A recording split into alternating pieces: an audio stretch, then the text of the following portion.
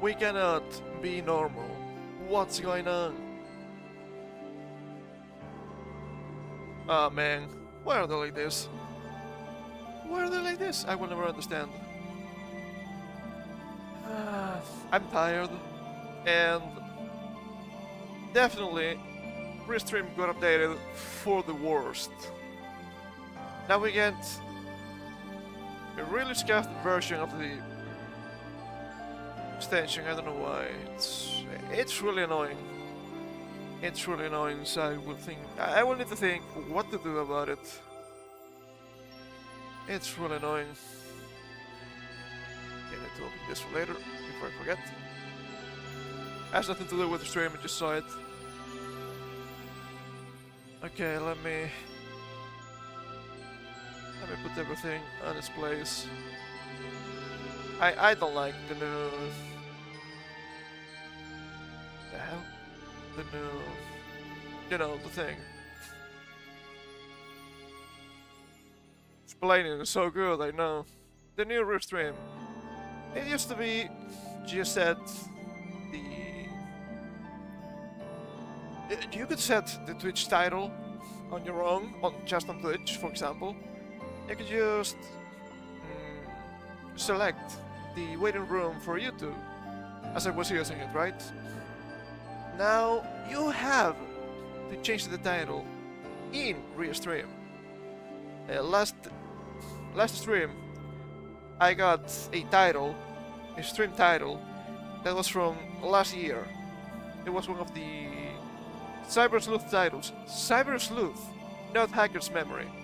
That was really strange. And even though you can still select... Let me change the music. It is a little bit too loud too. We need some brain rot here. There you go. And even though you can actually select a waiting room for YouTube, for some reason it just sets the time to now, even though you haven't set the time for in 10 hours. That pisses me off a little bit. I don't like it. That's not how it was working. So why would you do that? I don't understand. It's just so annoying. Maybe a little bit too loud. Let me lower it just a little bit.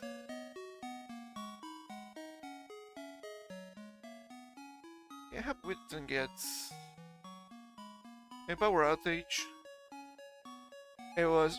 What the hell do you mean? Okay, I made the massive mistake of opening Twitter. And I got met by a tweet by Kiara from Holo Live. She's gonna play Eating Eternal. I played that game last year on a street. That's wild. I didn't expect people to know that game. It's kind of old. It's kind of scuffed, you know. I like it. Is it good? Class system is fine. That's unexpected. It's been on Steam for almost a year and a half already. That's cool, I guess. I never get playing. We could bring it back, maybe, perhaps. I'm not really feeling it right now, though. Okay, news. Let's get into the news. Let's get into the news. We have some stuff that's related with itself. We have some stuff that's just strange in general, and I don't like it. What else is new? So let's start with this, which is... I don't know, annoying, like most things. Conservative pundit Glenn Beck bans daughters from dating gamers. Why? Why the hate? Why the racism, dude? Conservative radio host and owner of the Blaze TV... He's the guy from Blaze? Really? Well, that's disappointing. I didn't know that. Glenn Beck has recently been causing controversy by, once again, making statements against the gamers, the most oppressed people, mind you. In starting a previous interview with fellow conservative host Liz Wheeler, name sounds familiar, I don't know why, who herself caused controversy earlier this year by calling male gamers undateable, after which Wheeler questioned him on his opinion on gamers. What did they mean by this? Hold up. Need to bring up the chat. I always forget. I'm just getting used to it still, you know. Please understand. Beck really agreed with Wheeler, saying that he has banned both of his daughters, one of whom is only 18 from dating gamers. Well, good luck. Good luck with that, my man. Not because everyone is a gamer, but have you seen the non-gamers? I don't mean to be racist or anything here, you know? But at the same time,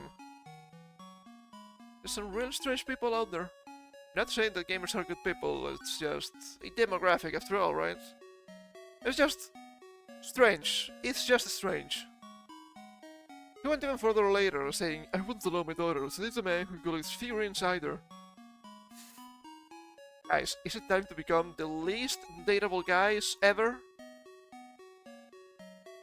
It was not on purpose. It was not by my hand, okay? Calling both hobbies equally weakening to what it means to be a man. Okay, but what kind of figurines? It could be figurines from, I don't know, the war. How about that? Glenn Beck. How about that one? I don't think he cares though. With the initial interview getting ratioed, of course it did.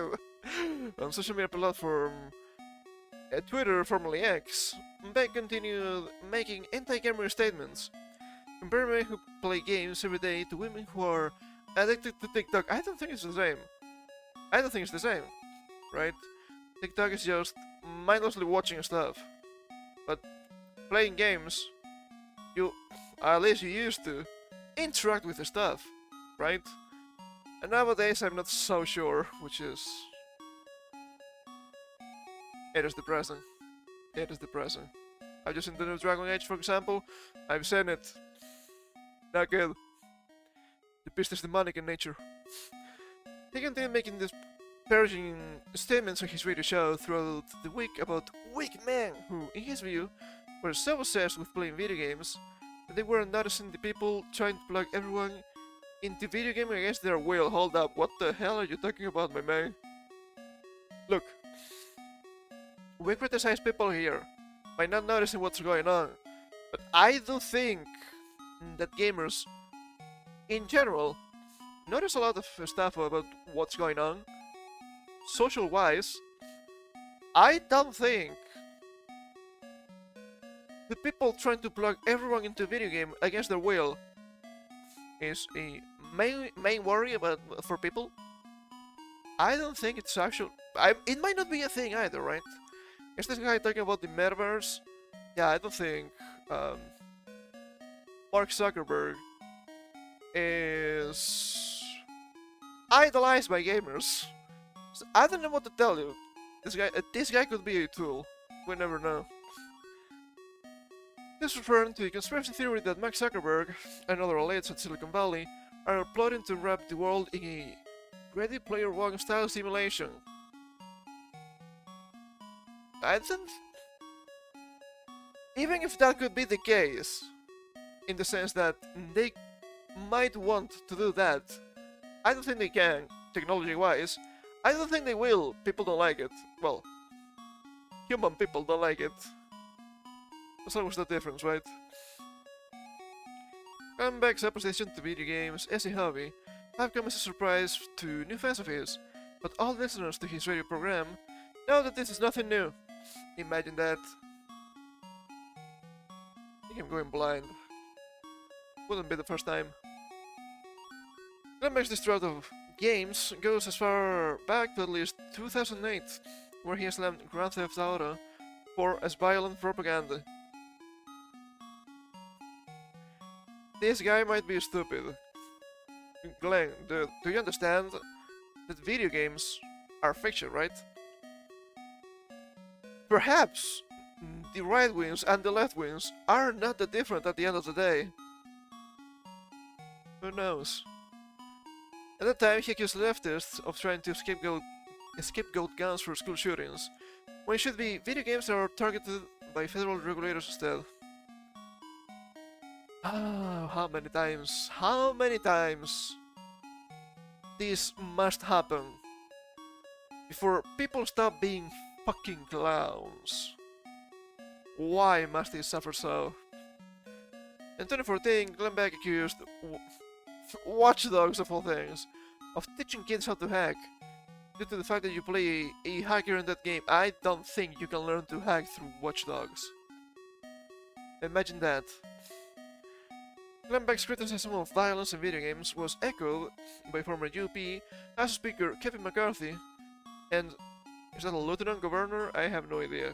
Dan Patrick of Texas, after a shooting in Dayton, Ohio, left 29 dead, with McCarthy proposing the ban of the sale of violent video games to teenagers. Okay, hold up. Hold up. Listen. Listen. We all know, we all should understand at least, that video games are purely fiction. It's not that different from violent movies, and you have a lot of them. I don't think they went against the violent movies, so what the hell? Also, I could agree on principle with something he said here, but I don't think it's gonna happen, right? A ban on the sale of violent video games to teenagers. It's a little bit too broad, but video games have age ratings. I don't think you should sell a game that's probably 16 plus or 18 plus, like GTA, to a 13-year-old. I don't think if the 13-year-old buys a GTA game, it's gonna go on a murderous rampage either. Both could be true at the same time. But yeah, I do believe there should be a little bit more control about that, but should it happen? Should it happen even? I have no idea. Glenn Beck wrapped up his thoughts on gamers by declaring that women who do date gamers are ignoring what nature intended the role of men to be. But due to what girls define nature, it is up to right-wing dads to ensure that their daughters don't date men who game or who collect figurines. The fuck are you talking about, dude? Do you really believe that gamers are left-wing by definition? I expected more in general from a guy that owns Blaze TV. I think, I'm not trying to say necessarily that most gamers are right-wing either. Doesn't make any sense. But it is gamers that notice the infiltration of the message in games that are pushing against that. The hell? What is this guy talking about? Huh? So strange. It's so strange to me. I have no idea. I just have no idea. This is just pure nonsense. This guy could be just completely ignorant. It wouldn't be the first time though. But it is rather strange and rather unique that they're saying that. That doesn't make a lot of sense to me.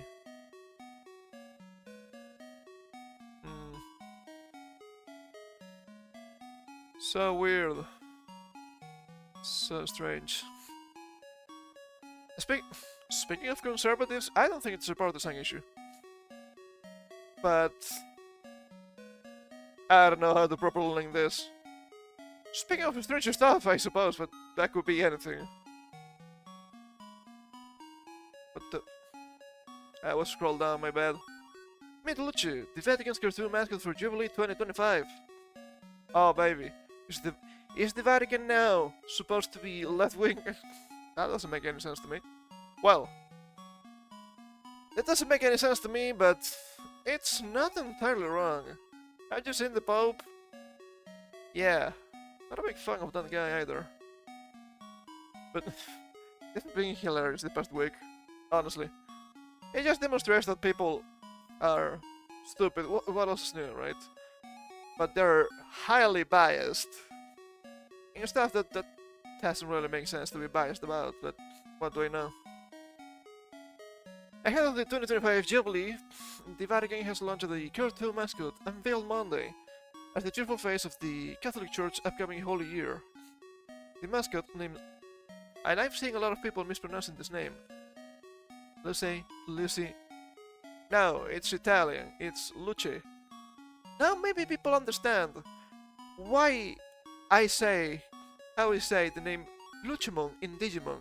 Also, that's how they said it on the original Japanese. Not with an L, of course, because they don't have those, but with an R. An R. With an R. Lucemon. But it's the same logic, right?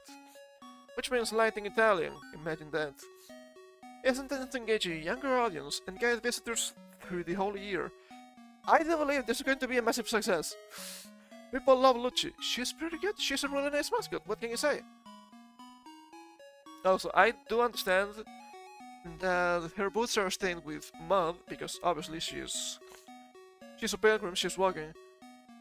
It looks a little bit like blood. It is weird. I know that's just me, but still. Archbishop Rino Fisichella, the Vatican's chief organizer for the Jubilee, described the mascot as part of the Vatican's goal to engage with the pop culture so loved by our young people.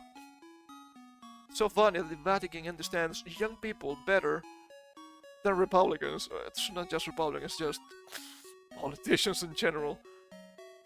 It is strange. It is strange. You wouldn't expect that. However, look. Behold, Lucci. I like her. The mascot will debut this week at the Luca Comics and Games, Italy's celebrated convention for all things comics, video games, and fantasy, where the Vatican's dicastery for evangelization will host a space dedicated to Lucci and friends. Ah, so cute. It will be the first time that a Vatican dicastery participates in a comics convention. I can imagine. But it is current year. Everything could happen. Wasn't that also the name of a Formula 1 pilot back in the day? Sounds familiar to me. Fisichella, who serves as the pro-prefect of the dicastery for evangelizations section for the new evangelization. What a mouthful! That he hopes taking part in the convention will allow us to speak to younger generations about the theme of hope, which is more central than ever, the evangelical message. If you're not trying to be really preach about it, it will work. I do believe it.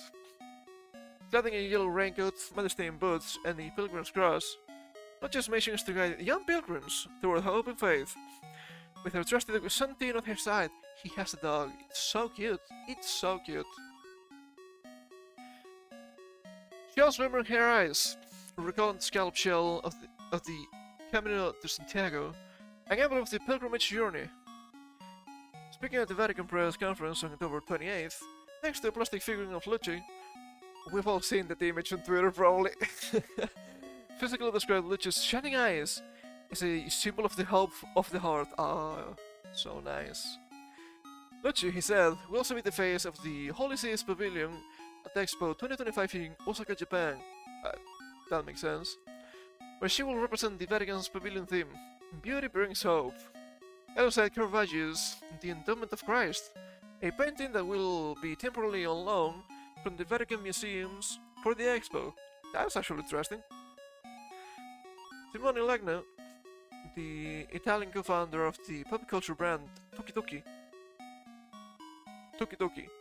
Italian, fucking waves, designed Lucci and her pilgrim friends, Faye, Zing, and Sky, each outfitted in brightly colored jackets.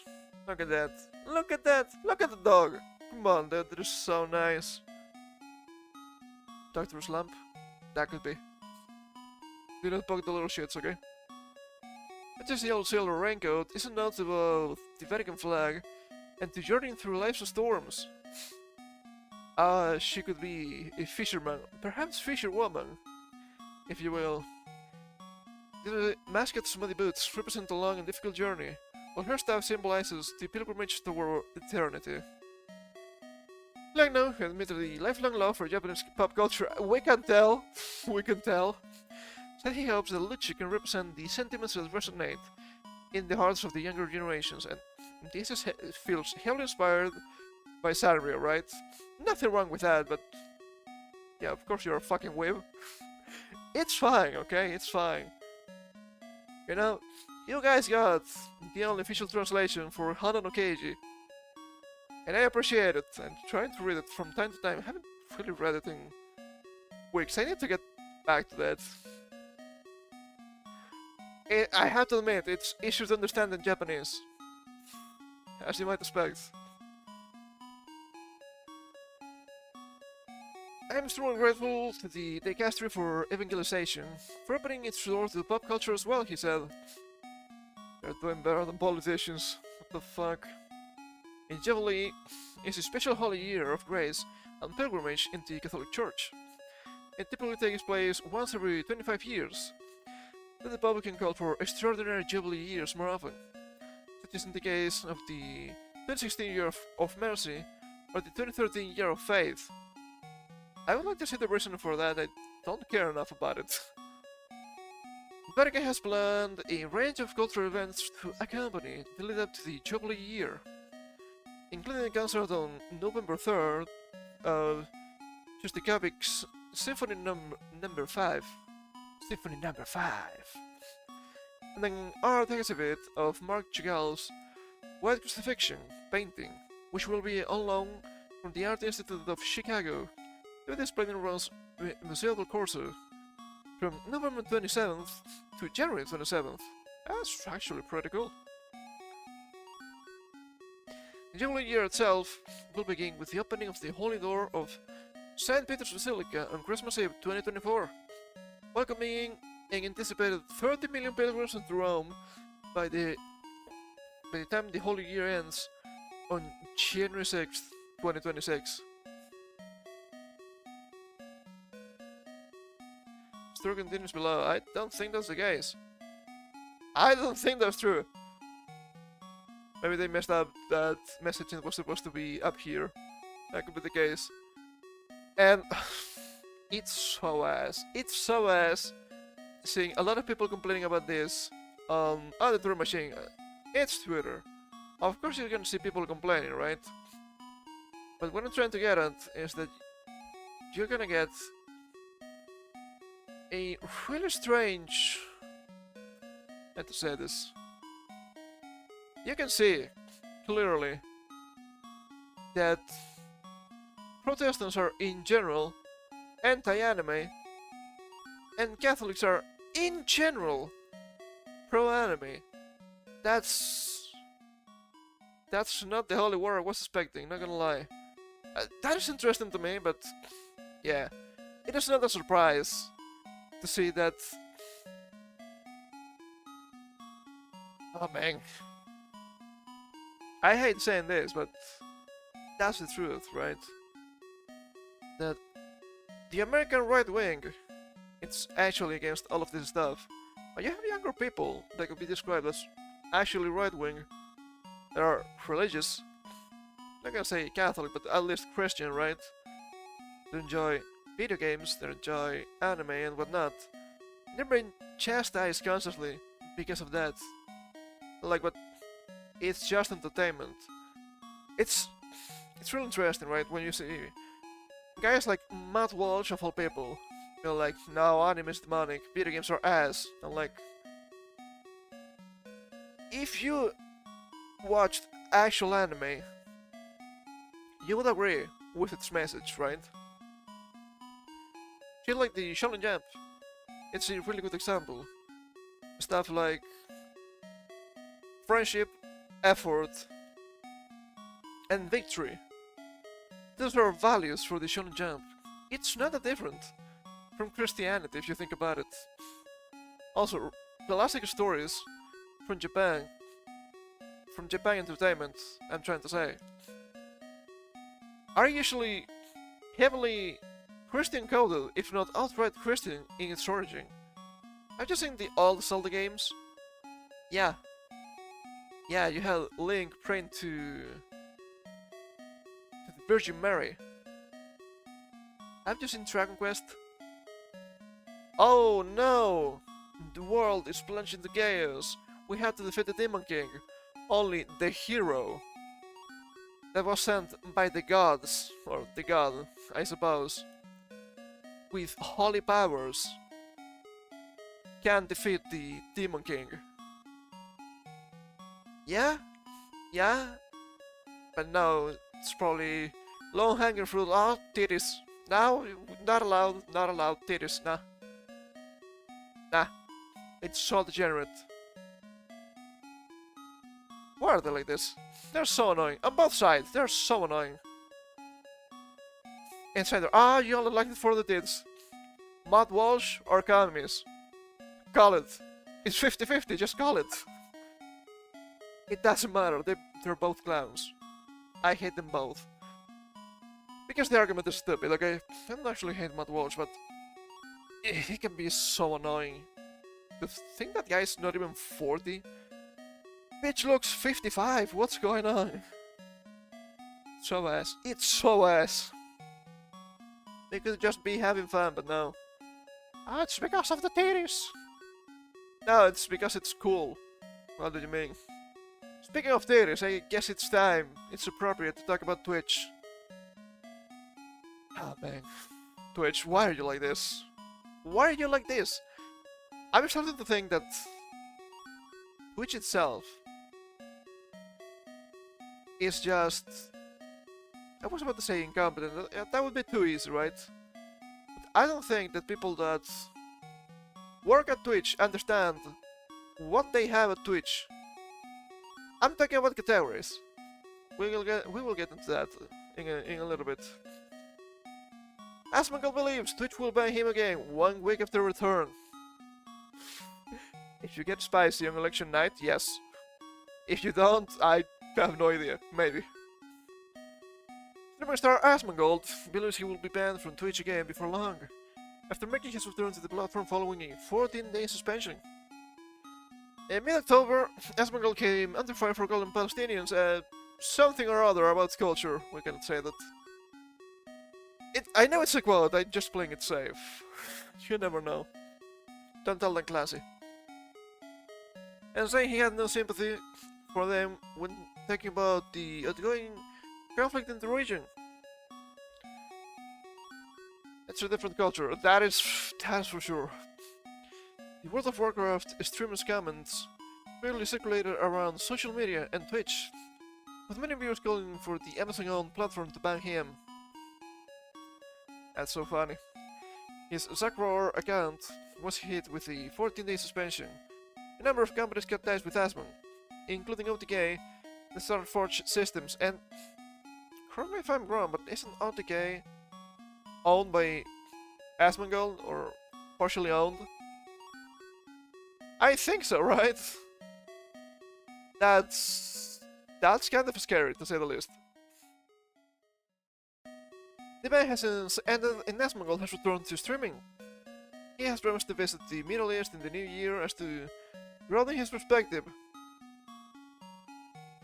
Be careful, okay? Be careful. That's the only thing I'm gonna say. Do not get killed. That could happen anywhere, but do not get killed. However, he also believes Twitch will ban him again before then. Yeah. Yeah, I can agree. Listen, I will get banned for probably another week, he said during his October 30th stream. There will be a few more things that are probably going to happen, and then I'll probably end up getting banned after that. That's what I'm assuming. Maybe, we'll see what happens, I just don't know yet. Fair assumption, to say the least. The streaming star said if he's going to be banned again, he'd prefer it to happen after November 5th. Yeah, imagine my shock. You need to survive until election day? That's true, he added. I have to survive and not get in trouble until election day. After election day, then we can have a lot of fun. Hold up. He's gonna get crazy. He's gonna get based. Probably not. Following his initial ban, Asmon called Twitch inconsistent. When it comes to dishing out punishments, it is, and it's so obvious. He clearly believes he's on a path to another suspension. Probably gonna happen. He also apologized for his previous behavior and stated he wants to change the tone of his streams. So we'll have to wait and see what happens. Is it gonna happen? I guess that could happen. I don't know too much about the guy. I can only take it at face value, right? It's possible. It's a obvious possibility. But this does not end here, obviously. It's Twitch. It's never that easy, right? So, what else do we have here? Well, they keep changing the rules. To the point where I don't even know if they understand their own platform.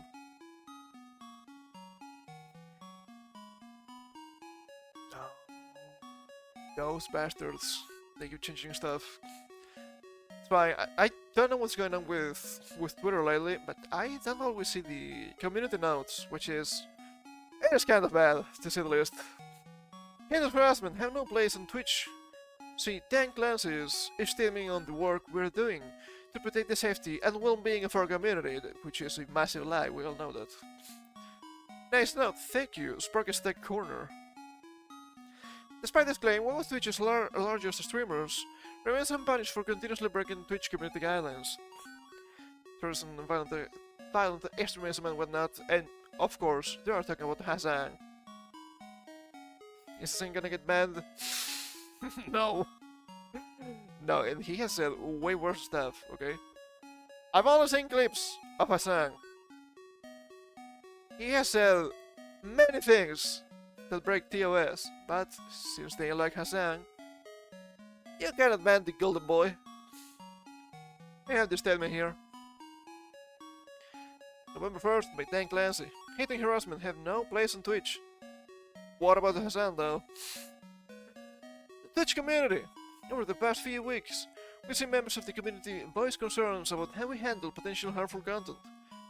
There's no place on Twitch for racism, hatred, and harassment of any kind, including anti-Semitism and Islamophobia. But what about Hassan though? As our community has grown, we've endeavored to build community guidelines to prohibit these harms. Sure. Twitch is and will always be about belonging. I hate that word. Each day, people come together on our service to build communities around shared interests and to express themselves authentically. For this to be possible, we work hard to ensure that our community is a safe place. I also hate that term. What do you mean about safe place? What do you mean by this? What is the meaning of safe place in this case?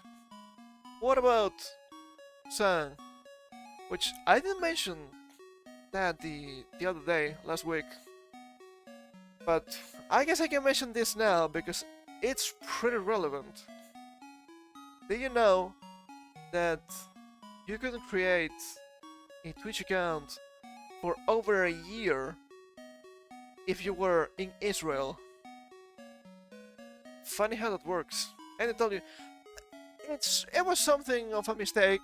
We were trying to buy the stuff from... Oh, what's the date? October 7th, 2023. We didn't want to see explicit stuff on Twitch. Yeah, but they removed the ban on Palestine just in a couple of weeks. Is it perhaps that Twitch is anti-Semitic? I don't know. I cannot say it for sure. But what about Hassan? It's also really funny that usually, traditionally at least, they call anti-Semitic the right wings, but since the Israel-Palestine conflict, the terms have tabled, and now it's the far left that are anti-Semitic. What a time to be alive, I don't understand anything. Our community guidelines are foundational, and when we find content that breaks those rules, we take immediate enforcement action. This will be the case. This will always be the case. I'm gonna say this a lot today. What about Hassan though? He literally platformed a terrorist at some point. On a good light. Look, he's just like Luffy from One Piece. He's so cool. Yes, you know. I love cake. I can be racist as much as you want and nothing ever happens. PM. It's not even being racist, it's just being a little bit objective about, I don't know, what's going on with the world. By respect, I'm also streaming on Twitch, so I cannot say a lot of stuff, but not everyone is created equal, right? Some cultures might be different to others. Also welcome, Racing XD. It's so ass. It's so annoying. Once again, I don't think Asmon said anything that crazy. The wording was flawed, to say the least. But once again, you're going to care more for the people you have close to you. That makes sense. As I always say, not my country, not my problem. Sometimes it's not my country, but it is my problem. But that's a different kind of deal. Millions of streamers with a wide variety of views and perspectives spend time on Twitch. We recognize that some content, while allowed on our service, might be objectionable to some members of our community. Sure, that's fair. At the same time, don't like it, don't watch it. Imagine that. No one is forcing you to watch Hassan. Not even me. I have to admit that sometimes it is not by my hand that I have to see some clips. But if I was completely opposed to seeing them, I wouldn't. I do have free will. Kinda. It's free, it's not pay to win. Yet. The views shared by streamers on Twitch are not the views of Twitch, nor are they my personal views. I feel like this is so obvious. I understand why Dan Class is saying this, but at the same time, well, no shit, Sherlock. Once again, what about Hassan? He keeps breaking the rules, but he's still scot-free. What's going on? We're grateful for the feedback and input from our community. Our safety approach continues to build and evolve. As our service grows, we want to ensure that anyone can find their place on Twitch, and remain committed to ensuring that hate and harassment have no place here. We want to ensure that anyone can find their place on Twitch. Unless you're a vtuber, I suppose. I've seen so many bans these past 2 weeks. And sometimes like, wait, hold up. How was this vtuber banned? I didn't say that. I've only seen the unbanned message. What's going on? For more than a week. Just a little bit over a week. Like, but... who was it? What's her name again? I'm terrible with names. Was it...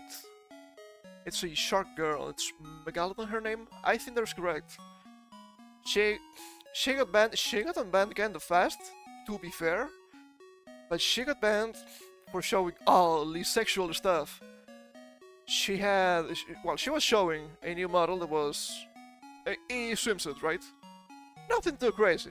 Just the stuff you could see on the beach. I've seen way worse things on the beach. But that's just me. That's just me. This is not America, so I understand why there could be different sensibilities. But she seemed to be playing by the rules. Literally by the rules. Oh, you cannot show this stuff unless you're in the proper category. Unless you're actually doing the hot tub meta. And she had the tub up. The hot tub, some sort of bathing device, right? It was not good enough. And as some people have pointed out, I think it was it Merriweather? Might have been Murray. I'm not quite sure. It's been a couple of days. It was like, yeah, the problem is it's never going to apply properly to VTubers, because even though your 2D or 3D model is supposed to be exactly the same as a physical body, it is by the rules as such. Their chat for some reason is different. Don't ask me why.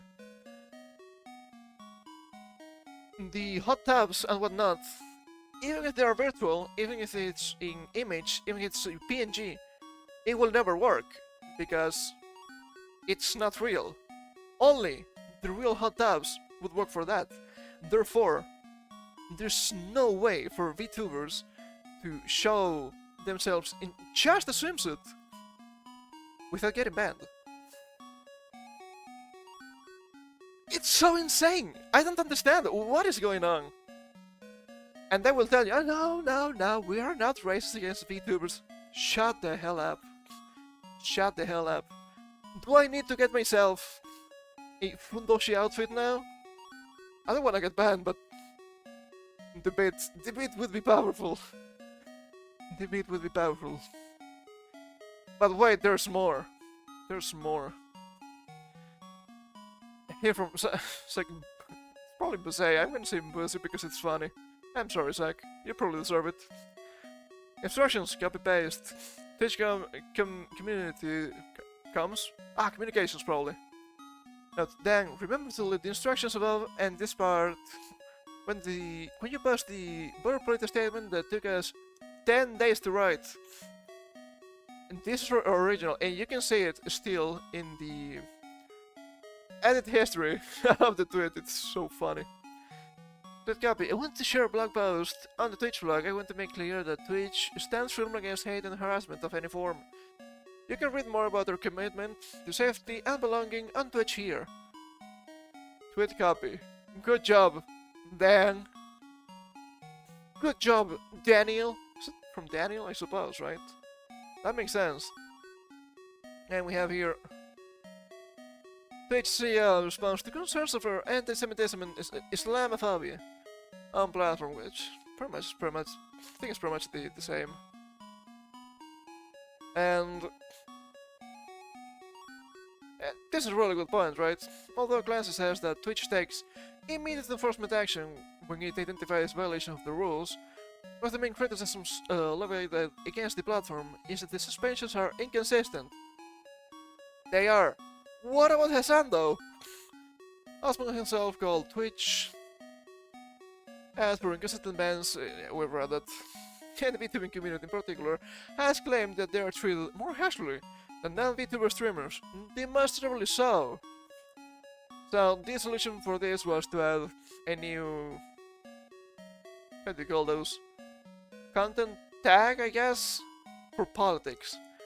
It's so broad that they had to put that on my stream too, just to be safe. With all the stupid shit they talk about, I never know. And people were like, but that is so good. That is so good. It was necessary if you're gonna talk about politics. And I'm like, look, I understand that the average streamer is just as smart as a bag of rocks, okay? Did you know that Twitch has had a politics category for a while? Because they do. I've seen that. Well, if we go to Twitch right now, and you go to Donald Trump, he's a Twitch streamer now, you can see he's in the politics category. What's the big deal? What is the big deal? I don't understand. Just pure ignorance. Just pure ignorance. And yes, I've seen more people streaming in that category, not just the big dong. But to give an example of someone that is well known and it's live right now, it's so ass. It's so ass. When people tell you Twitch is probably going to die in 2 years, I don't believe it. But I wish that was the case. Holy fucking ass, dude. This is so annoying. It's so annoying. But wait, there's more stuff. I saw this the other day. I haven't read through this. I think it's, on one hand, interesting. On the other hand, it's, I don't know, not the biggest fan of AI necessarily. Twitch is using AI to create gaming instant replays. Brands can sponsor. I've seen some more stuff about AI with this, like, I don't think it was this thing. It was vidIQ. Is that the name? I think that's the name. They want to add generative AI to their extension, I suppose. So you can just AI reply to comments. It looks just like you. Why would I do that? If I'm replying to a comment, it's because I want to do it. Fucking hate the algorithm nowadays. Ah, you need to reply to the comments because that boosts engagement. I hate it in here, man. Brand partnership studio lead Game Battenberg tells LBB's Cassie Martin, with brands playing in the gaming industry are getting the attention of Gen Z cord cutters. I'm gonna be real.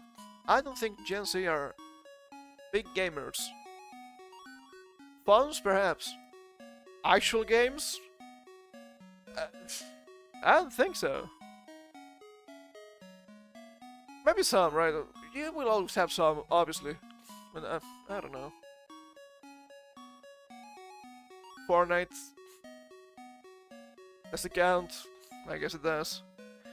The gaming industry is often seen as niche and difficult for brands to break into. Is it niche? I don't think it's niche anymore. It hasn't been niche in like 10 years.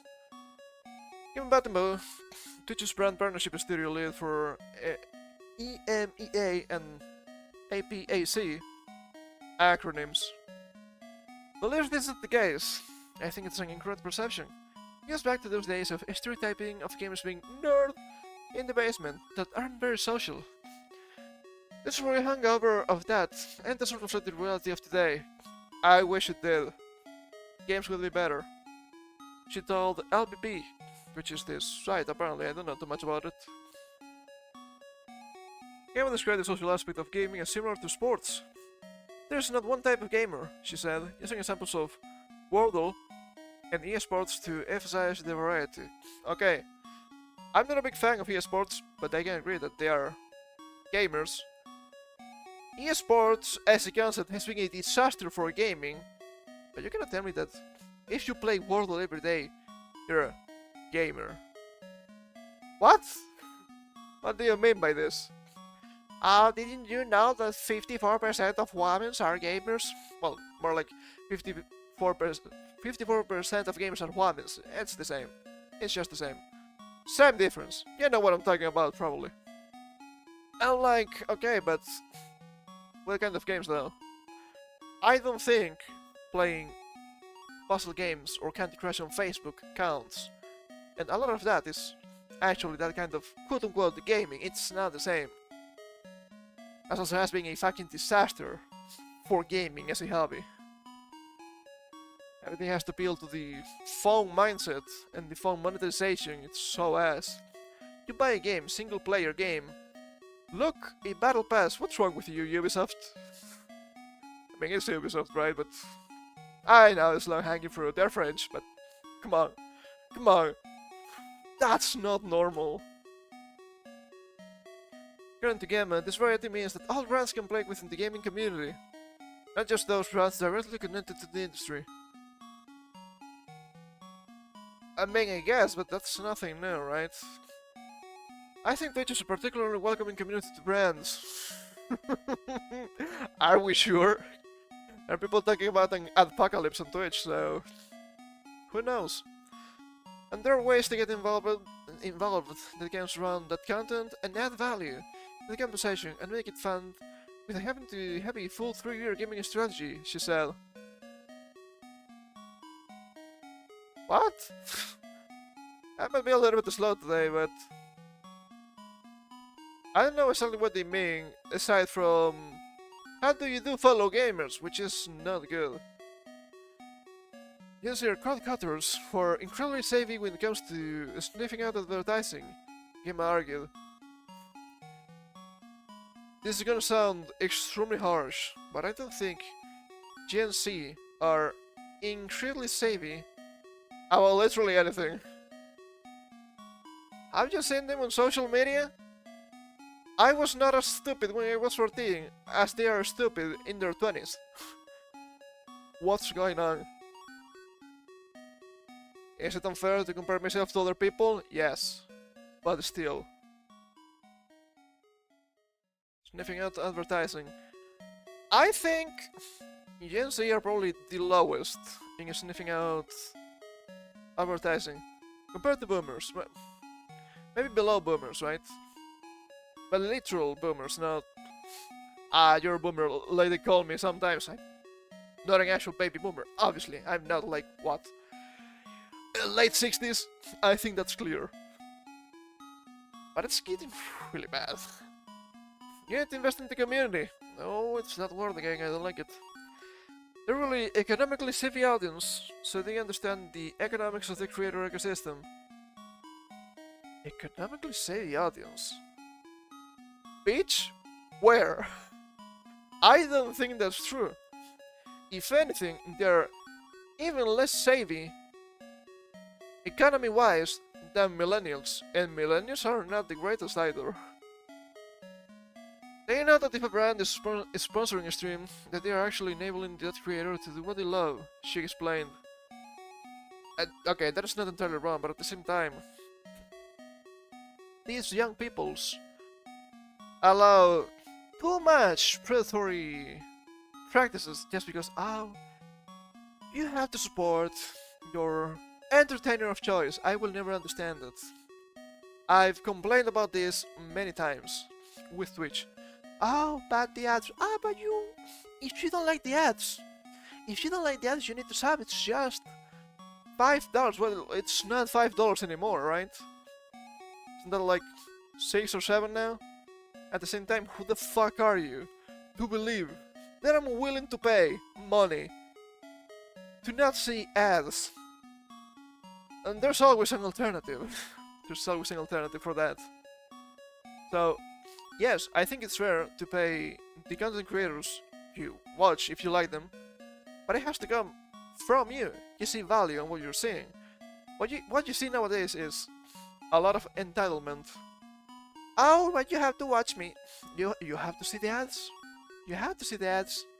Well, I'm not gonna see the ads. Don't know what to tell you. I'm not seeing them. Sucks to suck. Oh, you're so hateful. You don't want content creators to make a living out of content creation.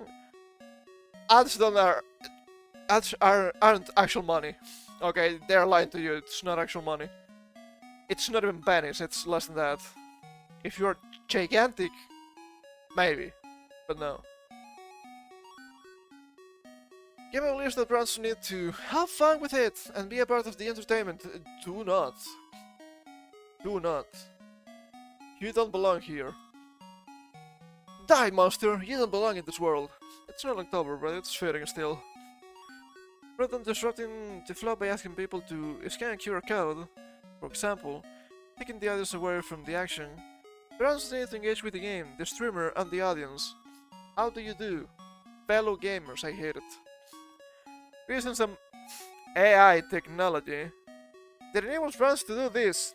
They cannot be asked to do shit properly by themselves. It has to be AI. If there's really cool moment in the gameplay, you don't want to get in the way of that, and we can use AI to create an instant replay that can be sponsored by a brand. We can use AI to create an instant replay. How to explain this? How to explain this here?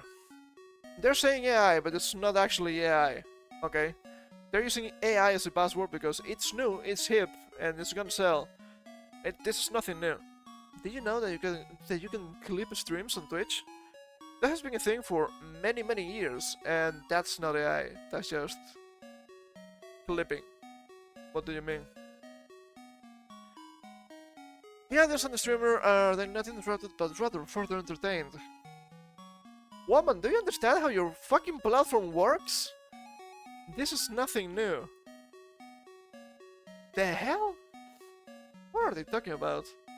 What kind of product are they trying to sell here? Much like social media advertising, the partnerships between brands and creators need to be authentic. In the game, streamers spend 30 to 40 hours a week building a community and creating content. Maybe that's my mistake. I'm not spending enough time, I guess. Therefore, brands affiliated with those creators is there a difference? I don't think so. Will show significant performance outcomes if it's authentic. You're saying nothing here. Sad to see. We have a team of talented experts. Their job is to match Matchmaking between creator and brands. Different matches that are more than skin deep. It's about really engaging with the brand values and the creator, she said. Values. It's time to force. It's time to force behavior, huh? Very much the same. Also, what do you mean talent experts? Wouldn't you need just, like, what's the name again? It's not an advertising company, but has to do with advertising, right? It's nothing new either. That's investing in grassroots creators rather than slapping their logo on one of the biggest creators will generate resonance over time, she said. Doubtful? And if it does, I don't think it's good. By sponsoring an up-and-coming creator and enabling them to continue to be creative, the brand builds faith within the community. And then, the brand can control the community because they bought the fucking creator. It keeps happening. Do you think that's good? It's not for the quote-unquote community. Obviously. Asia's brand AHM created a campaign to promote the brand within the gaming sphere. It partnered with local streamer Panda, who is known for gaming and his philanthropic work in Melbourne. No idea. The campaign focused on the concept of healing players during the game. I need healing. The brand created an animated version of Panda that was used to achieve this in-game experience, while staying true to the values of both the brand and the streamer. What game? First of all, what game? I have no idea. We're missing a lot of context here. It was immersive. It didn't break the moment or the entertainment value of the stream, given the set of the campaign. In the context of a fragmented media landscape, ad blockers and social media algorithms, great brands should be entering the gaming space to achieve attention and cut through. No thank you. I'm fine. We don't want more huge companies just putting their fork in the pie. They're just making an absolute mess. I don't like it. It's just kinda like a best friend developer. We're here to help and trial things. This community is welcoming and actually quite happy with lo-fi experimental advertising, Gamer said. Do we believe that? I don't think I do, but maybe. Linking to the ever-evolving technology and the creativity and innovation side of things. They talk about ever-evolving technology, the creativity and innovation, and it's just the blandest thing you've ever seen in your life. What's going on here? Also, it's nothing new. So once again, they say AI, they just mean just buy product.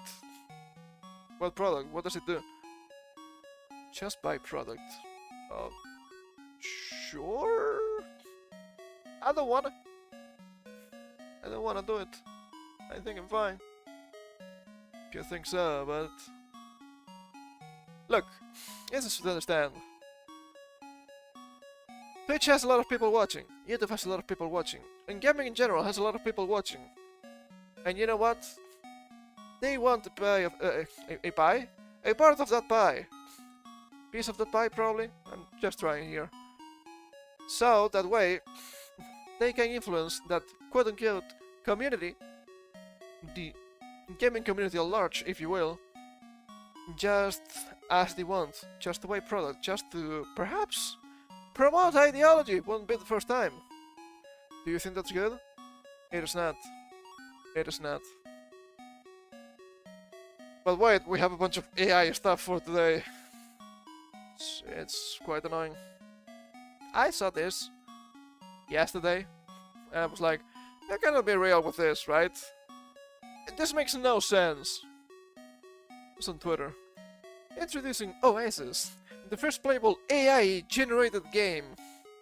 We partnered with Descartes AI to build a real-time, interactive world that runs 10 times faster on Sohu. We're open sourcing the model architecture, weights, and research. Here's how it works, and a demo you can play. This is pretty much a schizophrenic Minecraft. It looks horrible. I could go crazy after like 15 minutes at best. Take a look at this. It looks just like Minecraft. But you will see that it keeps changing literally everything around you. I don't think that's a good game. Could be okay if you want to fuck around a little bit. Now, look at this. You look up, so everything unloads, and then, boop, something new pops up. Is this what they mean when attention spans are at the all-time low? I can't believe it. I need something new, I need something new, I need something new. What the hell? So ass. Voice generates frames based on your keyboard inputs. You can move and jump around and break blocks and build and explore a brand new map every game. I don't want to do that. Also, randomizers are nothing new. Look at this.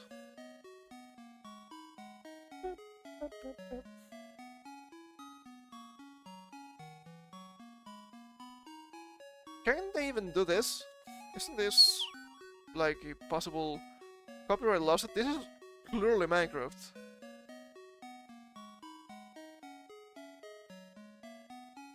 Oh, that is atrocious. That is atrocious. We will do is... Stop. We will do is strong, incredibly fast in our upcoming AI chip Soho, featuring a DAT backbone, a VAT autoencoder, and more. Zero technical report. I don't care enough. It's Google Chrome only, so we're gonna take a look at this. Doesn't work. Yes, that's a really good point, right? Isn't Minecraft already a generative world but with better memory? No, it has actual memory, but yes, it's true. Add Mojang, add Microsoft, hey, it was Mojang. I described your game and they're giving it away for free through AI Lab. Hope this, well, that's Rush, but... Yeah.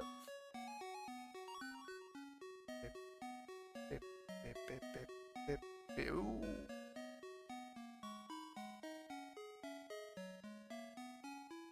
Oh, look at that, it's just building a wooden floor, what the fuck?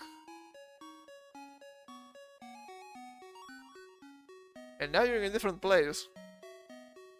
It feels like you're going crazy playing this. What is the point? What is the point of playing this if you don't have actual memory in the game about its states? It's pure nonsense. It's pure nonsense. And once again, I'm not necessarily against AI.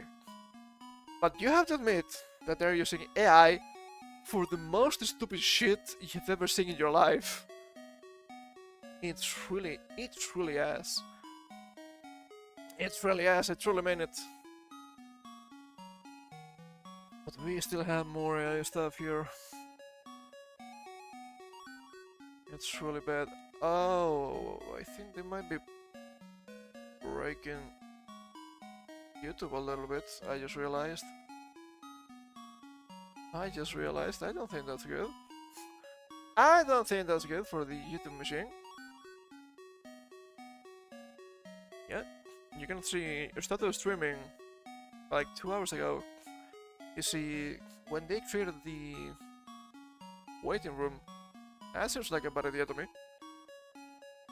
Well, what do I know? What do I know, I guess? It's so ass. It's so ass. And what I'm about to show you is actually kind of scary. Google CEO says over 25% of new Google code is generated by AI. We've always used tools to build new tools, and developers are using AI to continue that tradition. I'm gonna tell you this right now. This seems like a massive mistake. Sure, I understand that not everything that's man-made is good, but everything that's man-made is easy to understand. So, well, it's understandable, right? You made it you know what you did. But this is the AI we're talking about. A good example of this, because, well, programming is so alien for most people. Yes, I know, I get it. Let's say you're trying to cut a tree, right? That's easy to understand, we've seen that. And you might need to cut a tree. And you're like, okay, I need to cut a tree. You're probably thinking of using an axe, perhaps a chainsaw, the usual tools. But that's not the only thing that can be used to that goal. And that could happen with AI. Maybe you could be using flamethrower, acid, or who knows what else. Perhaps explosives. Yes, you're technically cutting the tree down, but is that what you should be doing? Probably not. And that might create additional problems, right? Let's say you use fire, acid, or explosives. You're not going to get the same amount of wood from the tree, because the part where you cut it is gonna be completely scuffed, destroyed, burned. That's not something useful. But you know, it's the new shit, we have to use it. So annoying. It's so annoying. On Thursday, Google CEO revealed that AI systems now generate more than a quarter of new code for its products, with human programmers overseeing the computer-generated contributions. I've seen human programmers overseeing stuff. They are, as they say, their skills are inferior. They're not necessarily good at their job. The statement made during Google's Q3 2024 earnings call shows how AI tools are already having a sensible impact on software development. Sure, but at the same time, is Google even useful nowadays? Because the search engine is actually kind of ass. It's ass, dude. I wonder if it's now time to go to Bing. I never expected to say that, not gonna lie. But it keeps hiding shit, it keeps showing you ads, it keeps showing you shit that is not what you're looking for. Even nowadays, I guess Reddit is better than Google, which is disgusting. Have you seen YouTube? The search function on YouTube is pretty much useless. Oh, look at this. Other users have looked at these videos. I don't care. I don't give a fuck. Oh, there's some shit you've seen before. I know! I don't care. I'm trying to search shit on YouTube. And you won't let me. To the point that if you want to actually search something on YouTube, you need to bring up a private window and go into YouTube. No cookies, no nothing. Shut up, let me search. It's still not good, but it's way better. So annoying. Also using AI internally to improve our coding process, which is boosting productivity and efficiency. Efficiency for you or efficiency for the user? Which I said during the call. Today, more than a quarter of all new code at Google is generated by AI, then reviewed and accepted by engineers. This helps our engineers do more and move faster. Do more. How about the quality? That's the main problem, the quality. Also, you're really gonna let machines program themselves?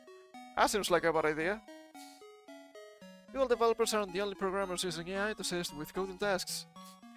It's difficult to get hard numbers, but according to Stack Overflow's 2024 developer survey, over 76% of all respondents are using or are planning to use AI tools in their development process this year. Oh baby, is this a technological crash? It could be. With 60% actively using them. In 2023, GitHub survey found that 92% of US-based software developers are already using AI coding tools both in and outside of work. Yeah, that's not dangerous at all. That's not dangerous at all. You might think I'm a control freak, but I do like to know exactly what's going on with the code. And if they tell you, the code is reviewed, is that even worth it? Worth the effort? I don't think it is. If you actually have to make corrections, it's gonna take more time. Also, you need to be really careful so that the code doesn't do strange stuff, especially when you're trying to build on top. If you know a little bit about programming, you'll understand exactly what I'm trying to say.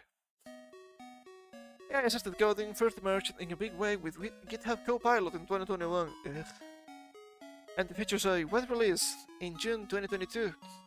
It uses a special coding AI model from OpenAI called Codex. Sure. Which was trained to both suggest continuations to existing code and create new code from scratch from English instructions.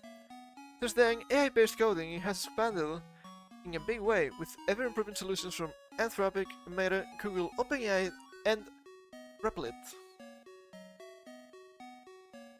Meta, Google, and OpenAI. Oh my god, what the fuck? People don't even want to work. People don't want to do their jobs. GitHub Copilot has expanding capability as well. Just yesterday, the Microsoft-owned subsidiary announced that developers will be able to use non-OpenAI models such as Anthropic's Claude 3.5 and Google's Gemini 1.5 Pro to generate code within the application for the first time. You better watch out, you better watch out! On some doubt the benefits of AI used in coding, the practice has also attracted criticism. Hello, that's me! From those worried that feature software generated partially or largely by AI become riddled with difficult to detect bugs and errors. Yes! Yes, because that happens when it's man-made.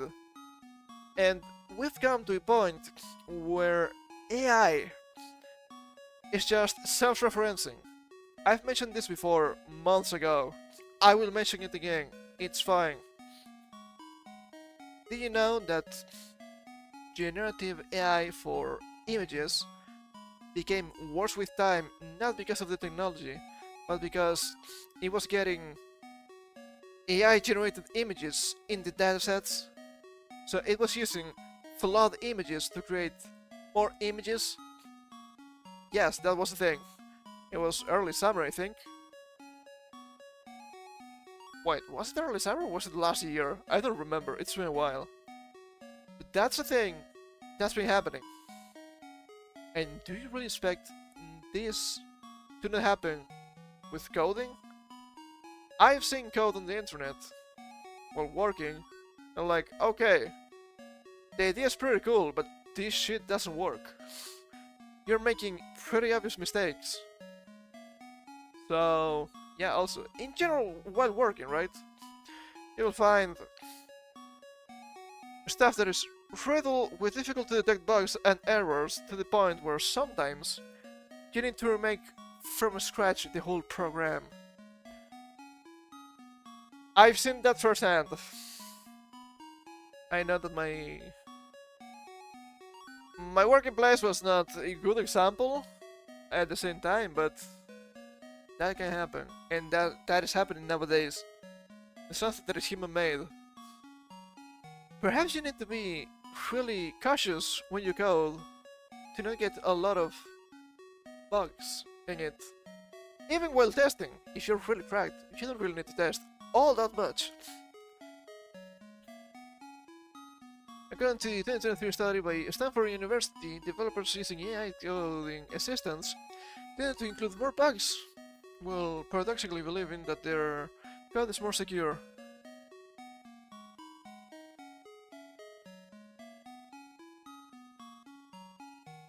Isn't that funny? Isn't that funny? Completely biased. Completely biased! It's not real. This finding was highlighted by Talia Ranger? Good class? A professor at the University of Illinois at Urbana-Champaign. Champaign? Like the drink? I don't think you write it like this, right? I have no idea. They might be drunk. But I'll wire that there are probably both benefits and risks involved, with AI-assisted coding emphasizing that more code isn't better code. Yes, usually less code is better code, in my experience. Also, yes, I do understand there are benefits to it, but there are also obvious detriments. So, the benefits will need to offset the detriments in comparison with what we have now. That's what I'm trying to get at. I don't like bugs, they're annoying. Both the critters and programmation bugs. Programming. That would be a different thing. The only constant in this change, when introducing bugs, is certainly a risky side effect of AI coding. The history of software development has included controversial changes in the past, including the transition from assembly language to higher level languages, which faced resistance from some programmers worried about loss of control and efficiency.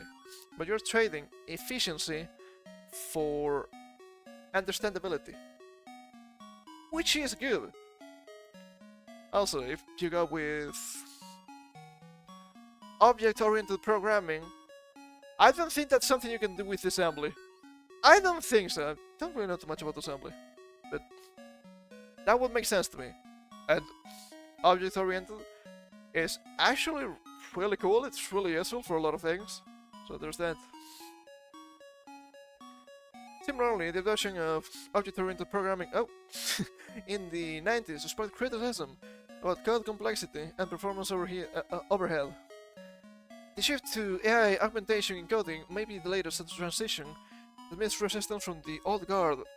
I don't think these are comparable, actually, because you're talking about here. The first 2 points are pretty much programming changing, getting new new languages, getting new how to say it, functionality in the language itself. While this is completely different, because this is completely agnostic from the language. Let's say Java, right? Java would be object-oriented programming. Pretty useful. Even if you hate Java, you have to admit, object-oriented, kind of cool. But you would be generating code. Not that you have more stuff to do, code-wise. It's like having a technological slave, if that makes any sense.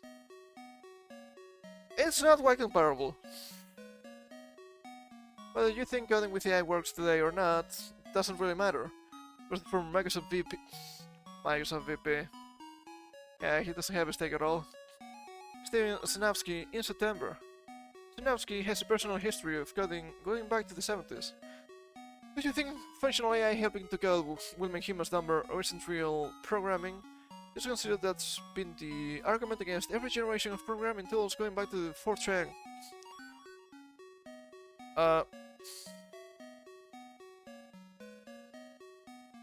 It's not necessarily that they're making humans dumber, which is arguably true, not necessarily in this case, but AI, arguably true. Technology in general.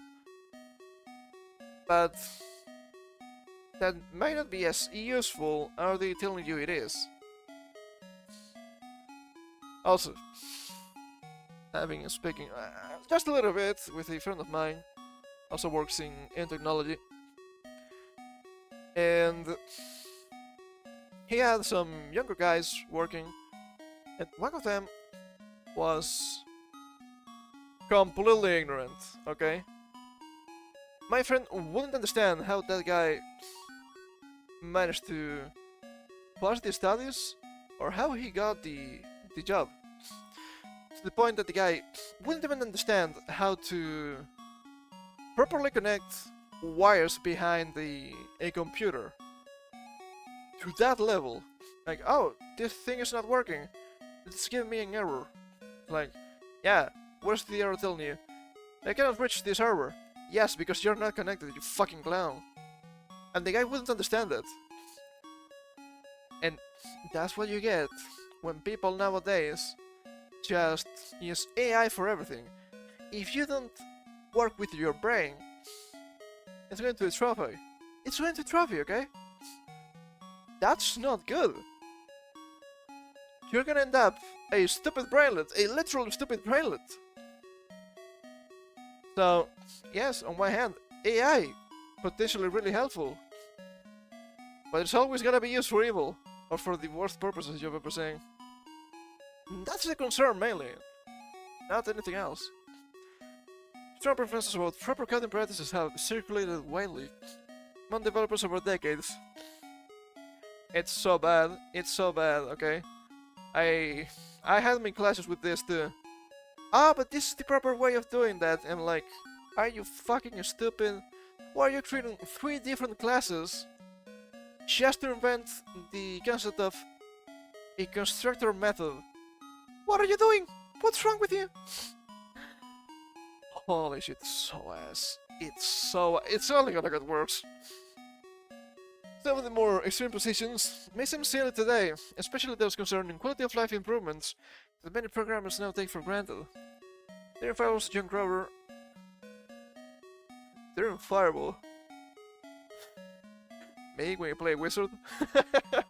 Eat Darren Fireball! Oh man, that's cool. Replied to Snapsky's tweet by saying, I know youngsters won't believe me, but I remember when some programmers argued that syntax scoring in text editors would make people dumber. I don't think it's comparable. Because everything you're talking about is not delegating code creation to a machine. That's the main problem here. What are you doing? And I'm not saying this didn't happen, okay? I'm not saying that. I'm just saying it's not comparable. Senior AI reporter. Okay, Benji. Benji drowned! I hope not. Ultimately, all tools augment or enhance human capability. Massive fucking cope. This is not real and you know it. All tools can augment or enhance human capability. But that's not necessarily the truth. Are you seeing young people? Oh! They're so cracked with technology! No, they're not. And with young people I also mean the Zoomers, right? Zoomers and younger. They know fuck all about technology. They know how to click-a-clacky with the phones. And that's it, because the phone does everything for you. Installing apps, it's so easy. Yes, it is easy. Have you ever made a private server for a video game to play with your friends? Probably not. I did, several times by the way. Knowing nothing about it, but hey, there are tutorials. It can be done. Well, let's fuck around a little bit. So, my first experience with SQL was... I guess it was MySQL. It was years, several years before I actually started programming. Funny how that works. But nowadays, you don't even have control when you're installing shit on the computer. It's so ass, people are getting ignorant. Oh, the file is broken. What do you mean the file is broken? It doesn't open. Here's a compressed folder. It's a zip, as they say. Oh, I don't know what this is. And those are young people working with computers nowadays. To the point where your parents are probably more prepared to use the computer than them, which is wild. Here's tools to build things faster, and we have always used tools to build newer, more complex tools. Here's the story of technology itself. Draftsmen laid out the first silicon computer chips on paper, and later engineers designed successive chips and computers that used integrated circuits. Today, electronic design automation, EDA, strange, software assists in the design and simulation of semiconductor chips, and companies like Nvidia are now using AI algorithms to design them. Are they actually AI? Are they actually AI, or are they just advanced algorithms? That's the main problem. They keep calling everything AI nowadays. Oh, did you know? Did you know the tracking you're using is AI? Probably not. I'm thinking it is AI. It works properly after all. But yes, it takes work. It takes texting. That is not AI. The fuck are you talking about? Does that mean current AI models are capable of generating flawless high quality code? The developers can just insert and forget? Likely not. Yes. Yes, I'm just saying. The technology is not there yet. Is it gonna be? Hard to tell. Hard to tell with AI. Usually technology ends up being up there, right? It takes time, it takes testing. But AI is kind of different. AI always seems scuffed for some reason. It has improved a lot in these past 2 years, but I cannot make a proper prediction. Actually. For now, skilled humans with experience still need to be in the loop to ensure everything works properly. Which seems to be the practice Google CEO was touting in the earnings call. Sure, we can believe that. Like any tool, AI assistance in skilled hands may significantly accelerate a task, and yet a hammer alone cannot build a house. I feel like we read literally nothing after this article. Jesus Christ, I need to take a sip of my water.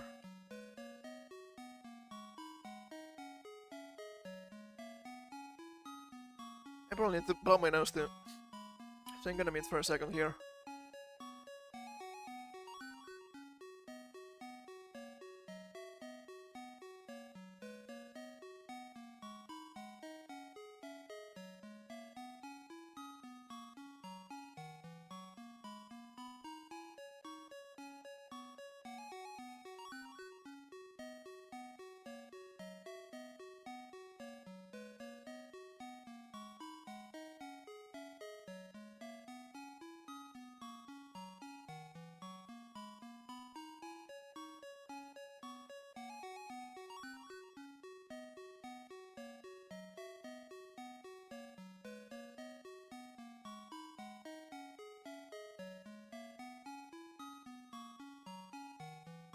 But maybe at the end of the day, Google is actually evil, right? Maybe they're actually completely evil.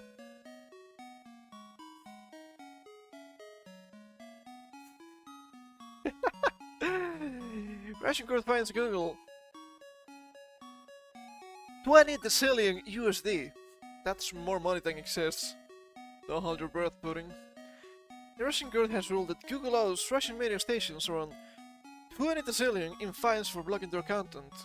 And the fines could get bigger, faster, stronger too, I hope. To put that into perspective, the World Bank estimates global GDP as around 100 trillion. Yeah? More billion dollars. Dr. Evil. Which is peanuts compared to the prospective fine. Google would therefore have to find more money than exists on Earth to pay Moscow. But on Tuesday, fell a little short of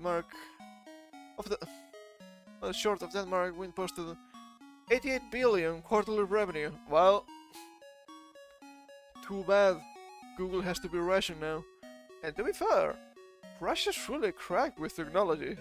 So it could be actually good. The bizarre amount has been calculated after a 4-year court case.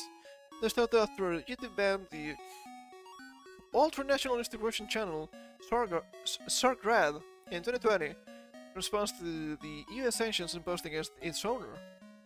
Following Putin's illegal invasion of illegal invasion. It's a fucking war, you had to call it illegal invasion. What the fuck? This sounds so silly. In 2022, more channels were added to the ban list, and 17 stations are now suing the chocolate factory, including Zvezda, a TV channel owned by Putin's Ministry of Defense, according to local media. Google was called by a Russian court to administrative liability under Article 13.41 of the Administrative Offenses Code for removing channels on the YouTube platform. Like they're gonna give a fuck.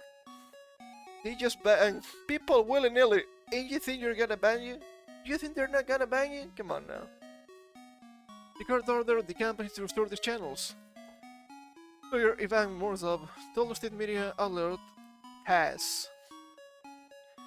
The court imposed the fine of 100,000 rubles, 1,025 USD per day, with the total fine doubling every week.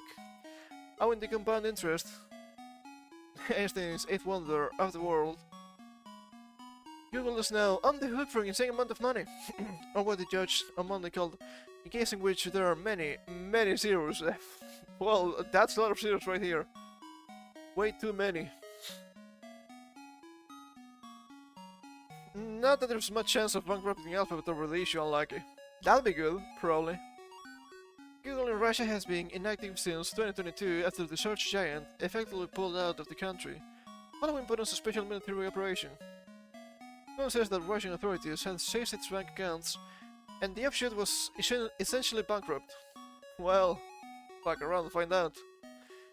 The ad spreader, that's actually really accurate. There were 200 staff in Russia, and while some have been relocated, others were laid off. The battle is now on in countries around the globe as Russia seeks to seize Google's assets with little success. It's not gonna happen, come on. The chocolate factory certainly seems sanguine about it. We have ongoing legal matters related to Russia. For example, civil judgments that include compounding penalties have been imposed upon us in connection with disputes regarding the termination of accounts, including those of sanctioned parties, Alphabet reported in its last earnings statement. We do not believe these ongoing legal matters will have a material adverse effect. We'll have no comment to the fine at the time of going to publication. Yeah, I can't imagine they're not taking this seriously. Which makes sense. It's just more $1 billion. Okay, that's agreeable. Whatever you say. But you know, at the same time, I'm not a big fan of Google either. They have been getting worse and worse with each passing day for, what, 10 years already? Do you guys remember when YouTube was cool? I remember when YouTube was cool. It's been a while, eh? It's been a while. It's been a long while. Ah, man. And you have to admit that Google has way too much power, and that's really dangerous, but as long as they have power and they caught up with people that like that, well, we're fucked. Yes, I'm talking about the American elections. I have the political tag, is fine, right? Don't tell them Clancy. Well, it should be legal, in any case. But yeah, it's just a gigantic control machine when you think about it. Oh, but you are wrong. Yes, I'm not sucking their cocks either.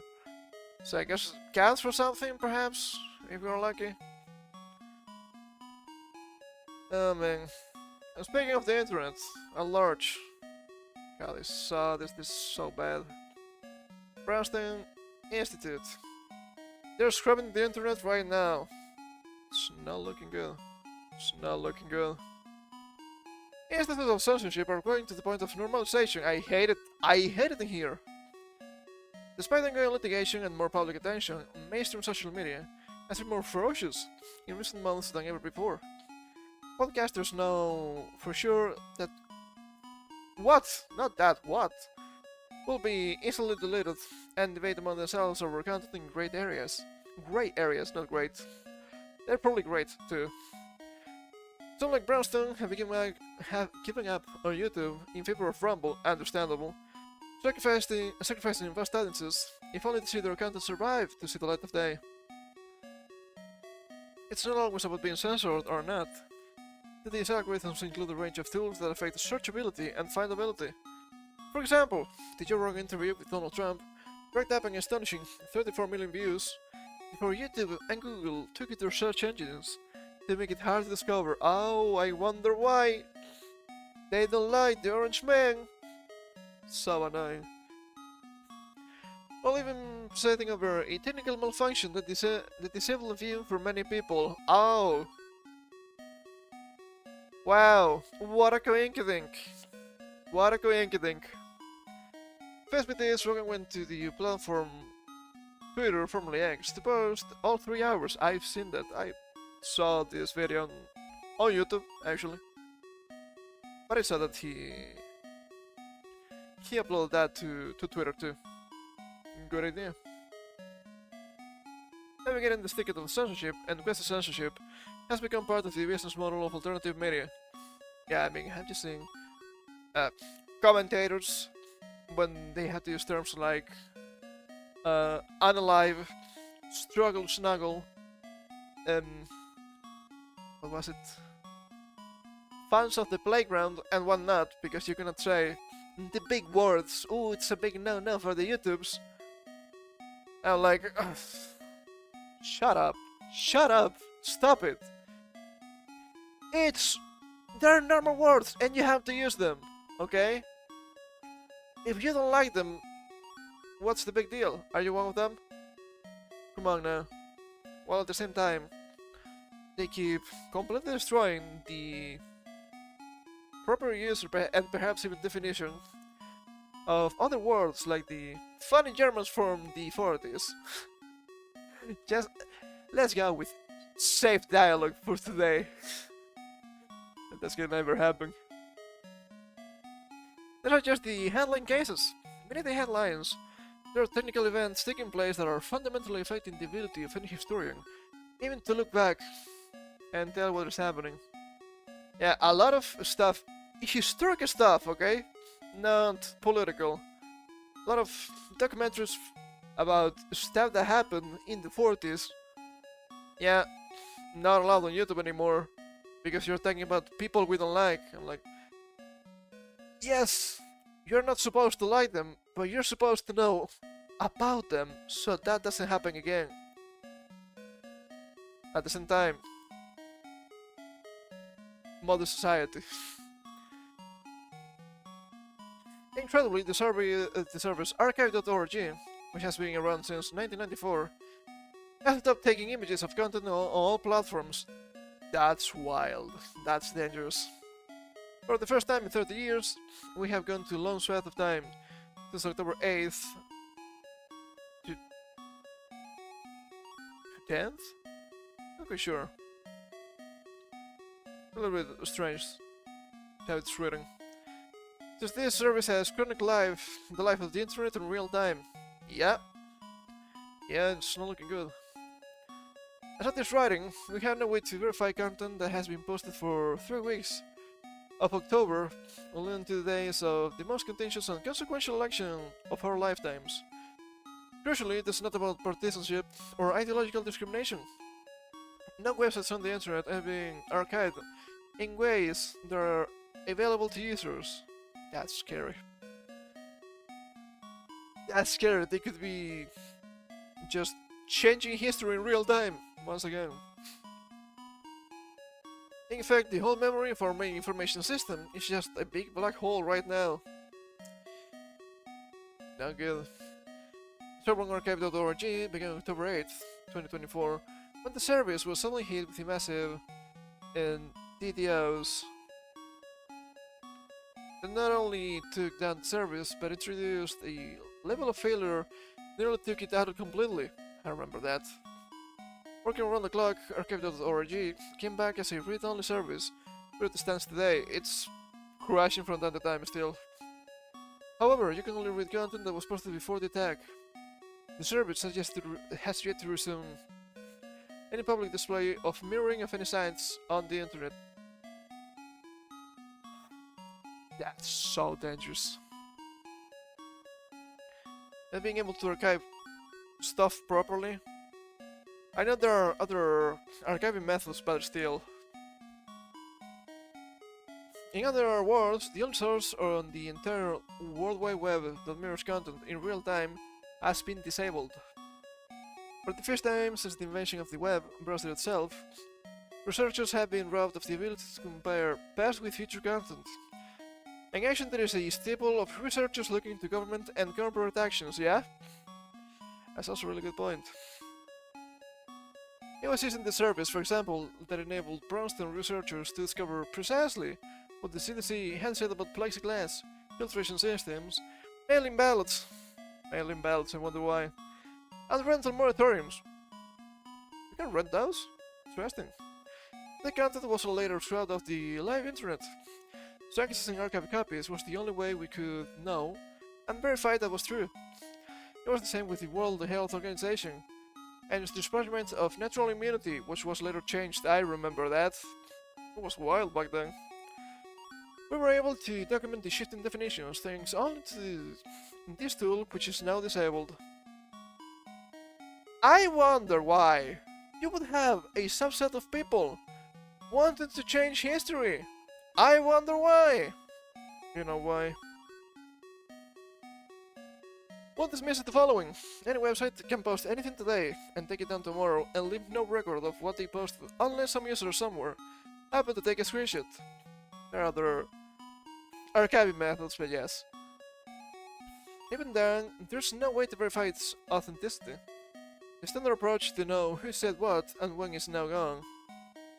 That is to say that the whole internet is already being censored in real time, so that during these crucial weeks, when vast swaths of the public fully expect foul play, anyone in the information industry can get away with anything and not get caught. Meng, oh Meng. Remember, the 5th of November. We know what you're thinking. Surely this DOS attack was not a coincidence. That was just too perfect, and maybe that is right. We just don't know. Does archive.org suspect something along those lines? Here's what they say. Cheers.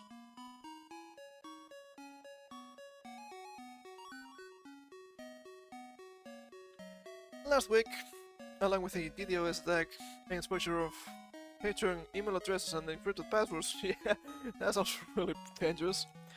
The Internet Archive's website, JavaScript, was defaced, leading us to bring the site down to access and improve our security.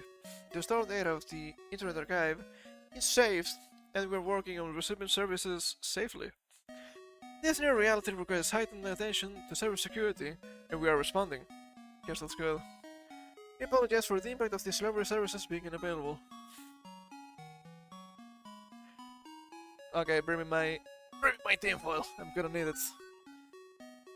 Deep state, as with all these things, there's no way to know, but the effort applies the way the ability of the internet to have a verified history fits neatly into the stakeholder model of information distribution that has clearly been prioritized on a global level.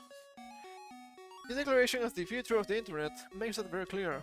The internet should be governed through the multi-stakeholder approach. Suck my ass. No, it's not. Whereby governments and relevant authorities partner with academics, civil society, the private sector, technical community, and others. All of these stakeholders benefit from the ability to act online without leaving a trace. Stakeholders, again, so as. I fucking hate that terminology. And they have the audacity to tell you, no, we're not commies. Why are you using commie practices and commie terms? I don't get it. To be sure, librarians archive.org has swearing that while the Wayback Machine has been in read-only mode, web crawling and archiving have continued. These materials will be available by the Wayback Machine as services are secured. That's pretty good. That's a pretty good list. Well, we do not know. Before the election, in 5 years? Before the election? Probably not. It's only a week. In 5 years? I guess it's gonna be before that, right? There might be some technical reasons, but it might seem that if web crawling is continuing behind the scenes, as the note suggests, that too could be available in read-only mode now. It is not. Interstellarly, this erasure of internet memory is happening in more than one place. For many years, people offer the cached version of the link you were seeking. Just build the live version. I forgot about this! I remember this! This is not a thing. Not anymore. They have plenty of server space to enable that now. But no. The service is not completely gone. In fact, the Google Cache service officially ended just a week or two before the archive.org crashed. at the end of September 2024. Funny how that works. Do not take a look at what was said before. Not good. Very icky. Demonic in nature. Disturbingly, I read this one already. Thus, the two available tools for searching cached pages on the internet disappeared within weeks of each other and within weeks of the November 5th election. Well, isn't this so convenient? I wonder why. I just wonder why, man. I just wanna know, I'm just curious. What can you say? All disturbing trends also turning internet search results increasingly into AI control lists of establishment-approved narratives. Yes, I mentioned that before. It's so bad. Let's see what they mention here. The web standard used to be for search results ranking to be governed by user behavior, links, citations, and so forth. That makes sense. Not allowed. These were more or less organic metrics, based on an aggregation of data indicating how useful a search result was to internet users. Put very simply, the more people found the search result useful, the higher it will rank. That makes sense. Not allowed. Google now uses very different metrics to rank search results, including what it considers trusted sources. Another opaque subjective determinations. Is this surprising? It shouldn't be. Also, at the same time, if you've tried to search more strange stuff on Google, that's not just, let's say, the news for today, something that may have less results, you're gonna end up with a billion different results for broken pages that are just full of viruses and spyware and whatnot. I don't think that's good. This is not good. Furthermore, the most widely used service that once ranked websites based on traffic is now gone. I wonder why. That service was called Alexa. Furious. The company that created it was independent. Then one day, for no reason at all, in 1999, it was bought by Amazon. Is this perhaps the influence of Dracula? It could be. That seemed encouraging because Amazon was well heeled. Well, I think Amazon was way different 25 years ago. God, 25 years ago. I feel so old. The acquisition seemed to codify the tool that everyone was using as a kind of metric of status on the web. Those coming back in today to take note of an article somewhere on the web and then look it up on Alexa to see its reach. There are other tools for that nowadays. I don't know if they're useful. I don't use them myself. What can you say? I'm flawed. Okay. If it was important, one would take notice. But if it was not, no one particularly cared. Guess that makes sense. This is how an entire generation of web technicians functioned. The system worked as well as one could possibly expect. Yeah, I can imagine, back in the day, things worked. Then, in 2014, years after acquiring the ranked service Alexa, Amazon did a strange thing. It released its home assistant and surveillance device.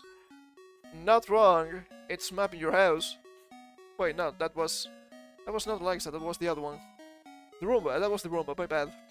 My shit is still looking the same to me. With the same name. How curious, what a coinkydink.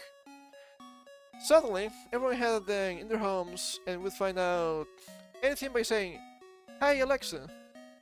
Something seemed strange about Amazon naming its new product after an unrelated business it had acquired years earlier. No doubt there was some confusion caused by the naming overlap. Well, it's made on purpose. It's obviously made on purpose.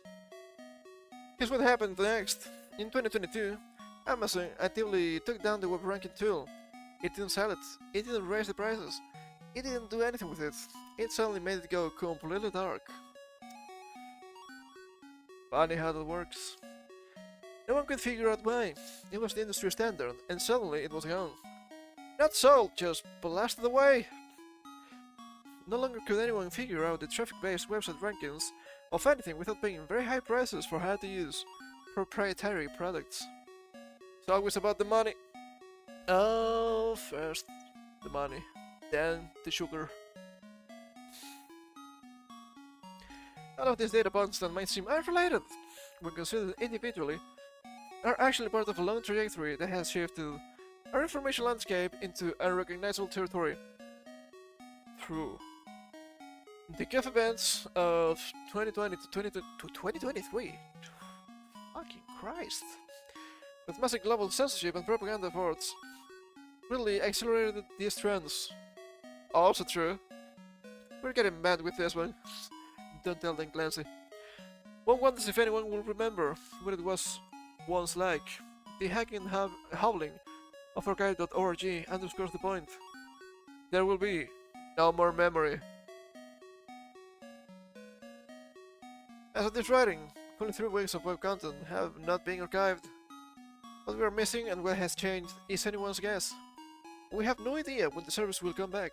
It is entirely possible that it will not come back. The only real history to which we can take recourse will be pre-October 8th, 2024, the date on which everything changed. A little bit apocalyptic, but not wrong at the same time. The internet was founded to be free and democratic. It will require Herculean efforts at this point to restore that vision, because something else is quickly replacing it. Yep. Yep. Pretty much. It's really bad, right? It's really bad. They just can't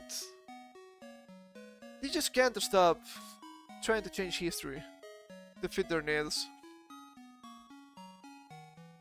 It is so obviously dangerous, right? You know what they say. The people that don't know history are cursed to repeat it, or something like that.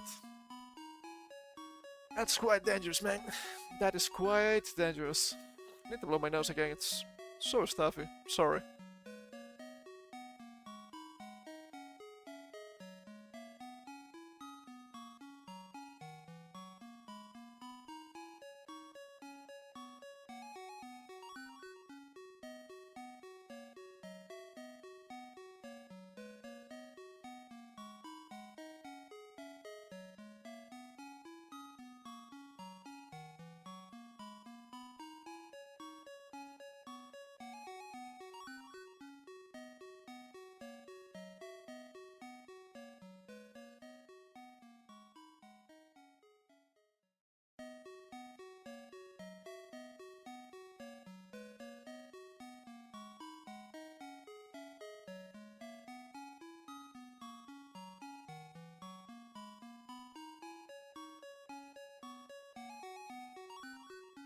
And what can you say?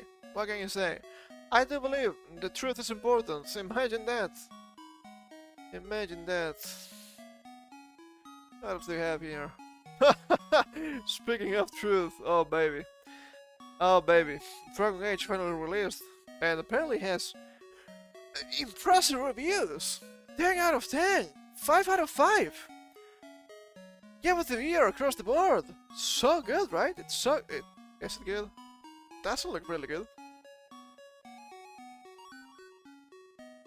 Have you seen the puzzles? They look extremely bland. Oh, move this shiny stone! It's a key, move it like 10 meters, wow. Wow, so cool, dude, what the fuck, it's not. It's not cool at all. It's just not cool. Oh, man. And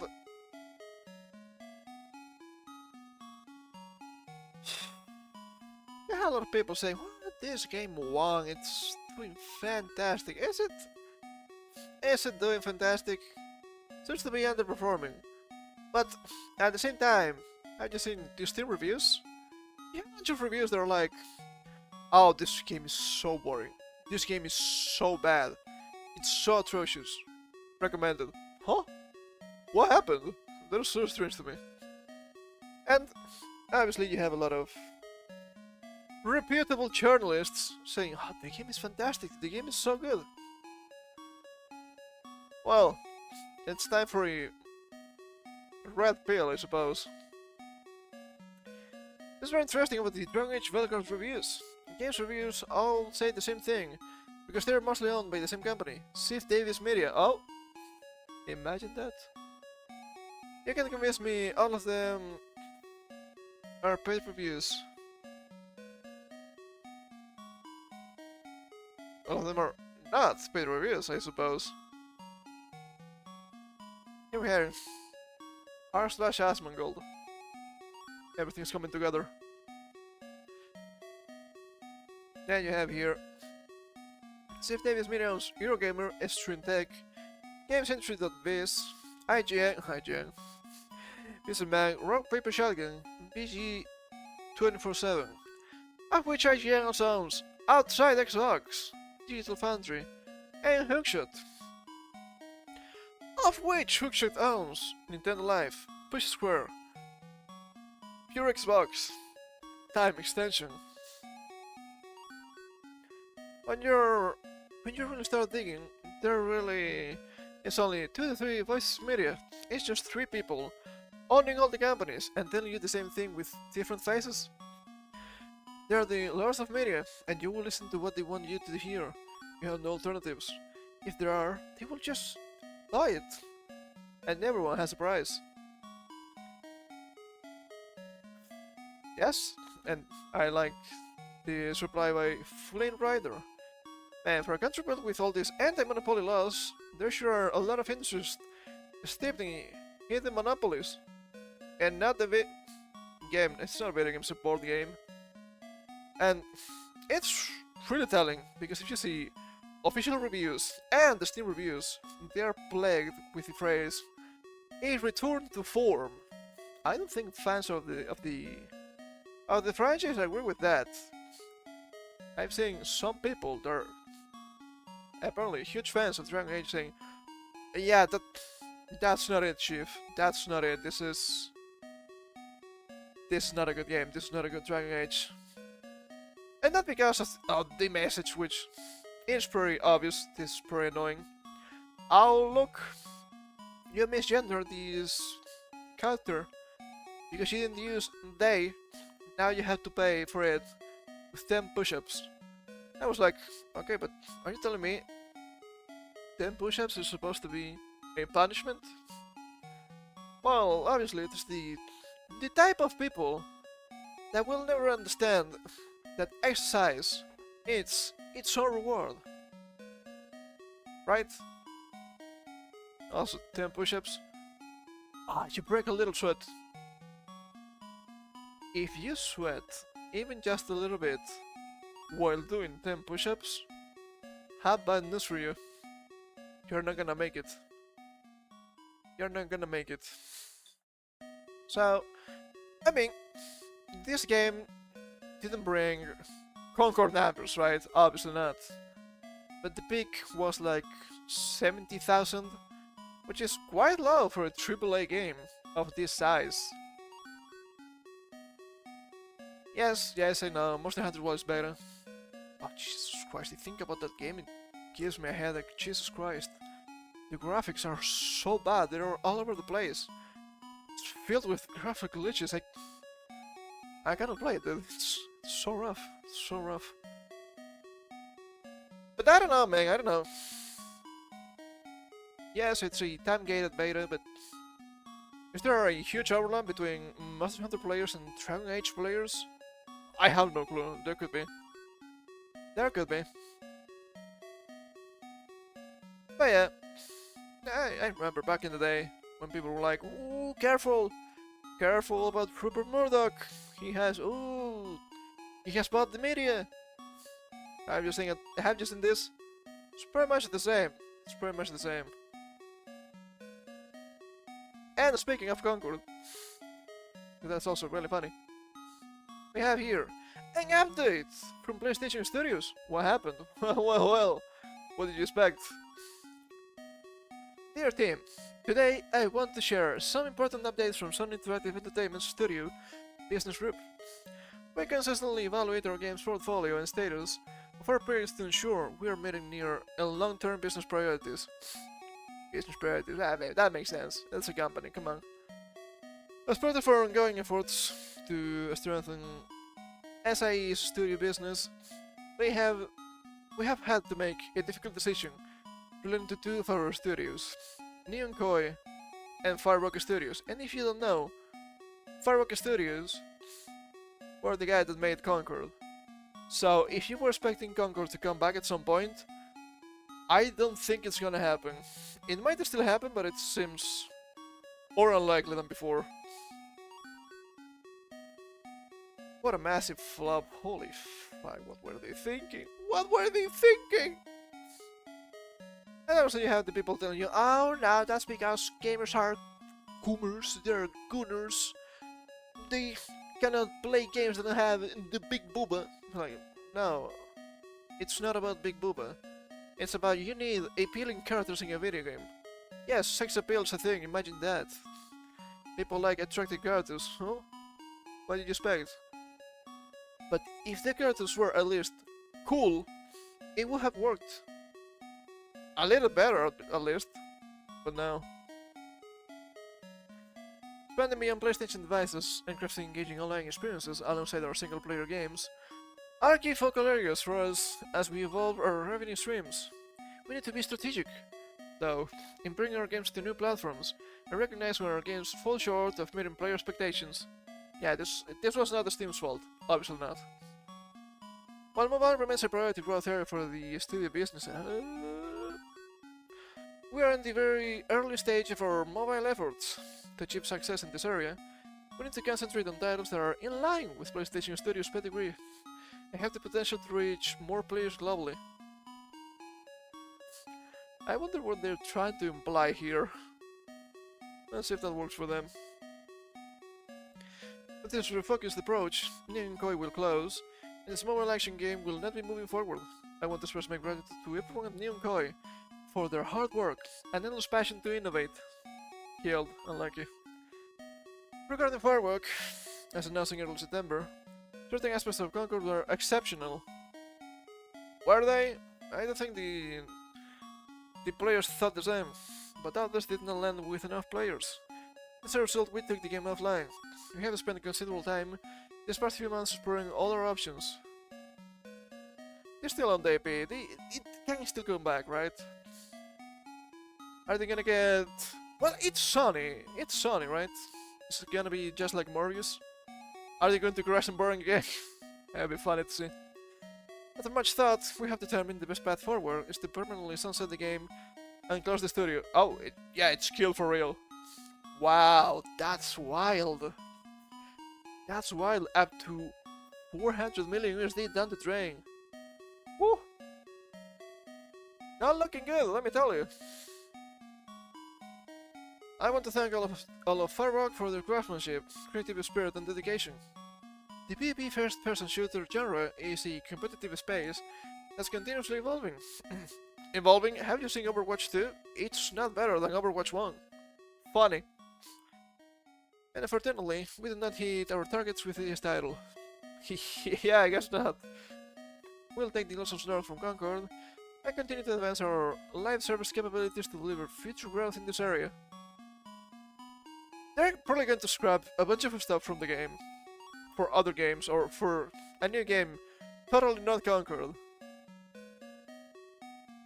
Business-wise, it makes sense. I cannot blame them. I know none of this is easy news to hear, particularly with colleges and friends departing Sony.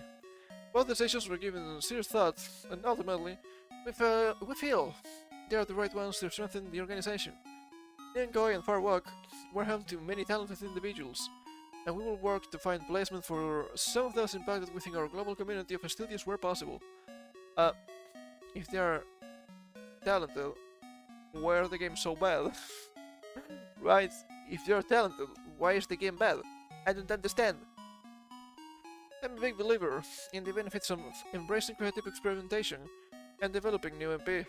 However, growing through sustainable financials, especially in a challenging economic environment, is critical. Yeah? You think? Was a massive hit to the company, that's for sure. Well, today is a difficult day. There's much to look forward to in the months ahead from the studio business group and our teams. I remain confident that we're building a resilient and capable organization, driven by creating unforgettable entertainment experiences for our players. Thanks to you for your continued support. Unlucky. Unlucky. But the fact that Concord is just killed is wild to me. It's wild! I did not expect it. I expected that game to come back as some sort of free-to-play slop, as I mentioned before. Yeah, it's not coming back, guys. It's not coming back. Concord is actually killed. Rough. Rough. Rough to say the least. And from what I'm saying, the gameplay seemed kind of bland. Not necessarily the gameplay itself, but leveling up is just killing yourself over and over. I don't think that's good design, I have to admit. But they made a massive mistake, right? They did not understand the average player, and yes, I'm gonna say player instead of gamer. Right, gamers? Because look at this. New research on female video game characters uncovers a surprising twist. Is it surprising? For me it's not, but... Huh? Female gamers prefer playing as highly sexualized characters, despite disliking them. That is a massive cope. They have to say that because ideology. And that is not the case. A strong female character who is also highly sexualized inspires positive perceptions from players. Not necessarily, according to a new study in communication research. Researchers found that while strengthening female video game characters might signal capability, it doesn't counterbalance the negative impact of sexualization. They are not real, guys, it's fine. Bring a surprising twist, female participants, despite generally disliking highly sexualized characters, were more likely to choose these characters when given the option to play as one. So, woman moment. No, I don't like that character, but I will play it because it's cute, it's hot, it's beautiful. Rules for thee, but not for me! Women. Am I right, gamers? Am I right, players? That would be a little bit different, I feel. The study sheds light on why, even in today's gaming landscape, character design matters. Yes, and how different types of interactions, from watching to play, shape player perceptions. Your character's sex appeal and strength both play a role in how players perceive them. But these perceptions shift depending on whether players are simply watching or actively engaging with the character. Yes, character hot means character hot. So deep. So deep! The fuck? Why care about sexualization in video games? Because you have nothing else to do, and you're promoting feminism. Holy shit, feminism 2024. Kill me now, baby. Kill me now. Beast is demonic in nature. Very icky. Not good. The portrayal of female characters in video games has long been a topic of debate. Has it? Has been a topic of debate? I don't know. Critics argue that many games excessively emphasize sexual appeal in female characters, potentially reinforcing objectifying views that prioritize appearance over other qualities. Yes, because video games are just like real life. It's just the same. We cannot differentiate between sleep and reason, and neither between fiction and reality. Some researchers, however, suggest that the frequent portrayal of female characters as strong and capable might counterbalance the negative impacts of sexual objectification. Cope on the sneer. The study's authors aim to understand if such a strength cues might actually mitigate negative impressions of sexualized female characters. If character is hot, it's hot. And that's it. We also want to explore how the nature of interaction, whether players actively control a character or just show them on screen, affects these perceptions.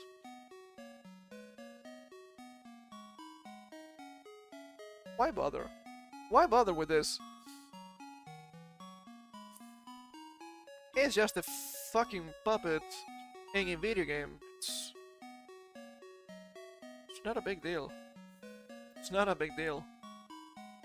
People are gonna like it, or people are gonna dislike it. It's just normal. What do they mean by this?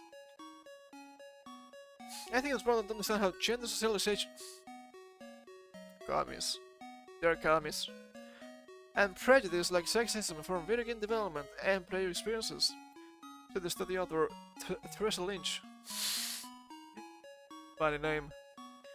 Assistant Professor of Communication Technology at the Ohio State University and Director of the Kronos Laboratory. Sexism pervades gaming. Oh my fucking god. You can like women. That's bad. That's the end of it. For example, game content overwhelmingly features male characters to the exclusion of central female or gender minorities. The fuck are you talking about, you commie piece of shit? Gender minoritized characters. How do you expect me to take you serious when you spout nonsense like this? Huh? Huh? Just pure commie bullshit. Games that do feature female or gender minoritized characters often unfavorably stereotype and objectify these groups. Citation. In online gaming experiences, men and boys target women, girls, and gender minoritized individuals. Sexist and harassing communication. No. Men and boys shit talk literally everyone. And that's what's happening. It's nothing new. It's nothing new. Are you a gender minoritized individual? Holy fuck, what the hell? What the hell is going on here? Want to know more about why, when, and how these kinds of outcomes happen? At the same time, many women and girls are people who identify outside the binary, and people who identify outside the binary enjoy gaming a great deal. I count myself among them, understanding why these people... I count myself among them, yeah, I wonder if they might be biased a little bit, you think? You think they could be biased? Just a little bit. Understanding why these people enjoy games in spite of, or even because of, the challenges sexism presents in gaming is fascinating to me. This study is one part of answering these big questions.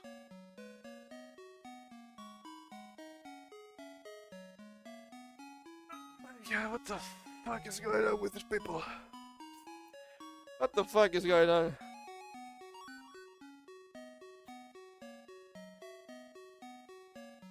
The researchers conducted 2 controlled experiments to investigate how different design elements influence perceptions of female video game characters.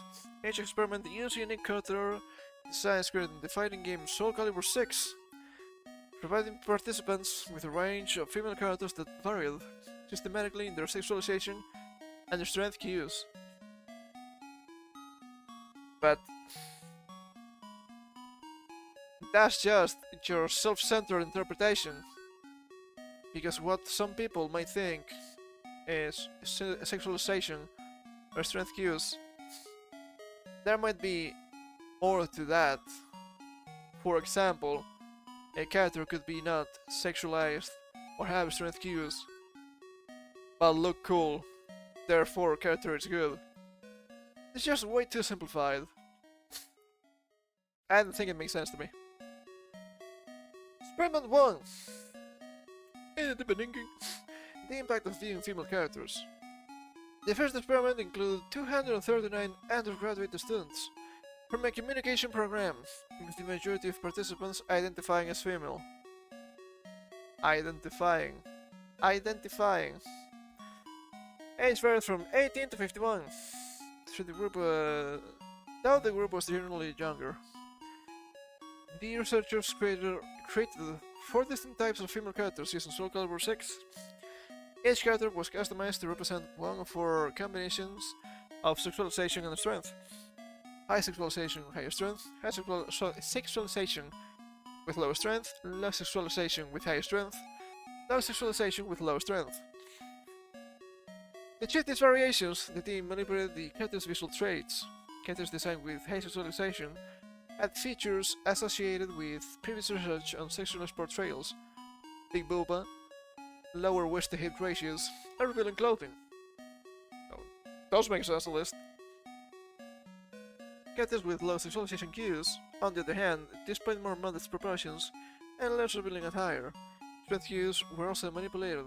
High strength characters were larger, more muscular, and carried bigger weapons. Small woman, big weapon. That's a cool one. In contrast, low strength characters had smaller physiques, with less imposing weaponry. Participants watched for pre-recorded video clips, each featuring a different character type, engaging in short combat sequence. After viewing each clip, participants rated the characters across several dimensions, such as perceived sexualization, if the character's attire seemed revealing, strength, their perceived physical power, femininity, alignment with traditional feminine traits, and likability, how much participants would enjoy playing as the character. At the end of the viewing session, participants also completed a selection survey, choosing which of the characters they would prefer to play. Oh man.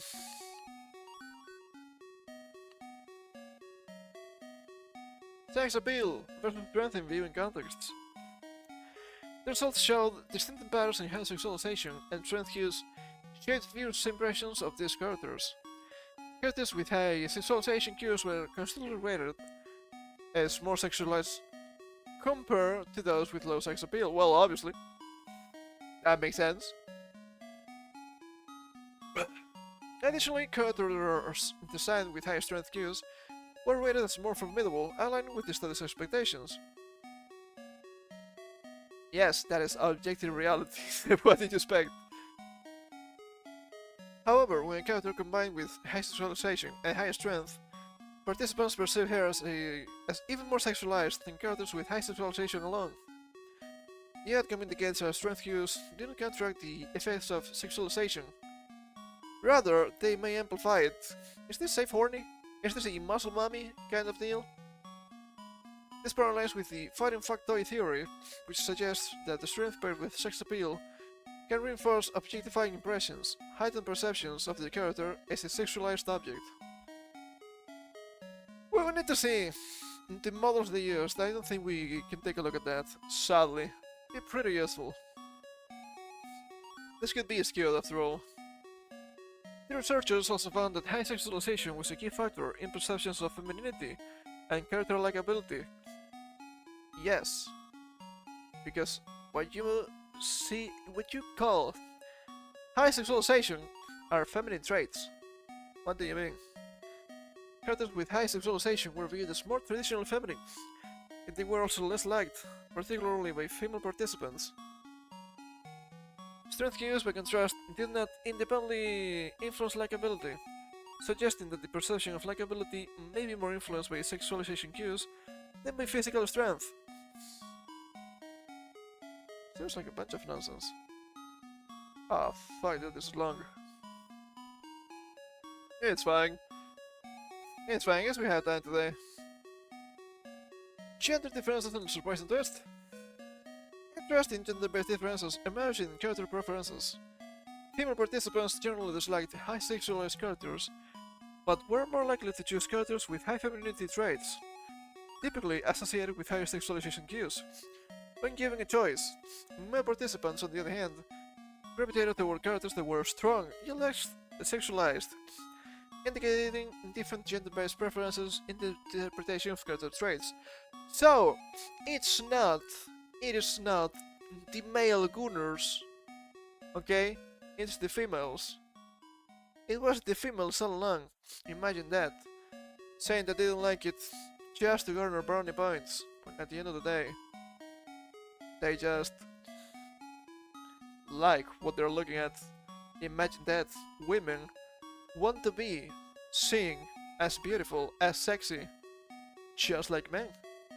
But what it means to be beautiful, or handsome, and sexy is different for male and female. Imagine that. Imagine that.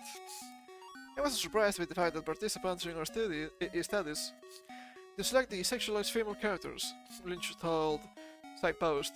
I think especially among younger generations who have grown up with social media and intuitively understand how media perpetuate impossible beauty standards, there's increasing scrutiny and critique around sexual objectification.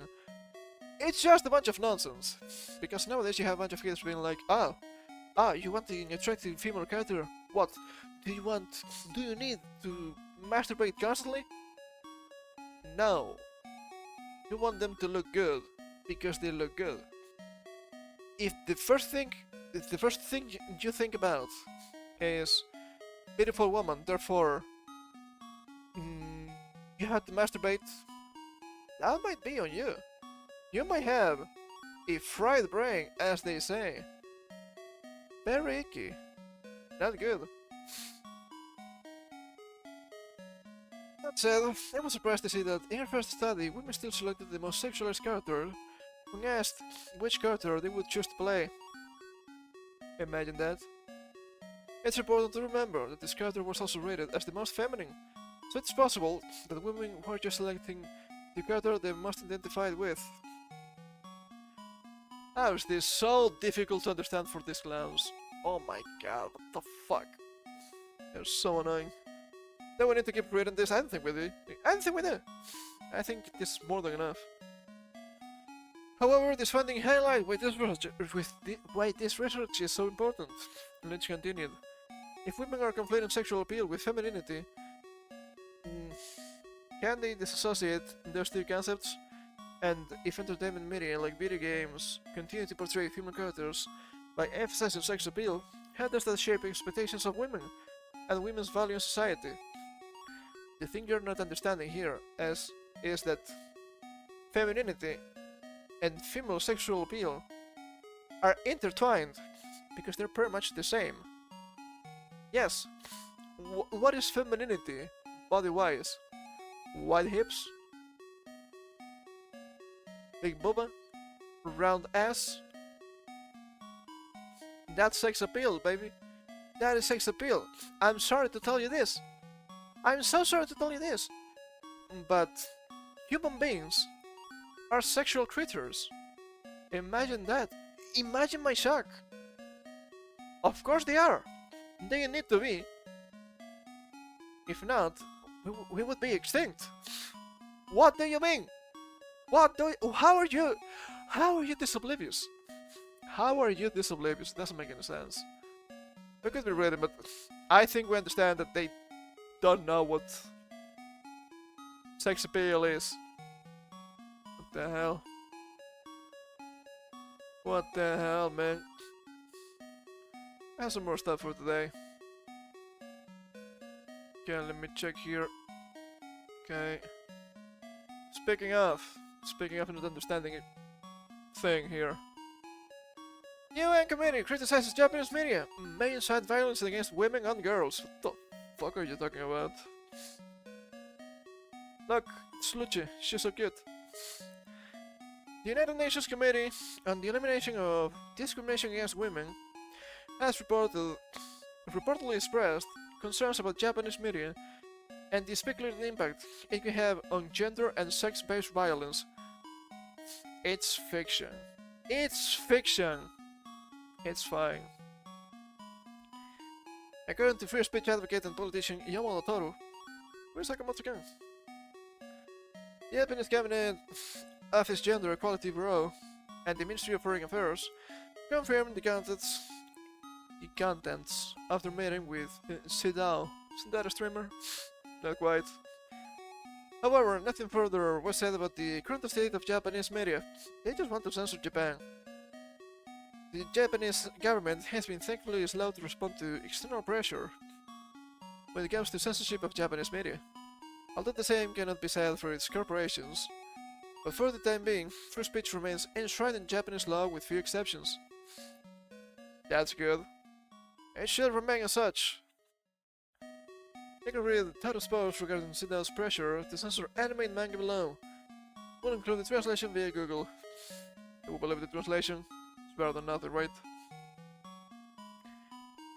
On October 29th, the Committee on the Elimination of Discrimination Against Women published its concluding observations on Japan's 9th periodic report.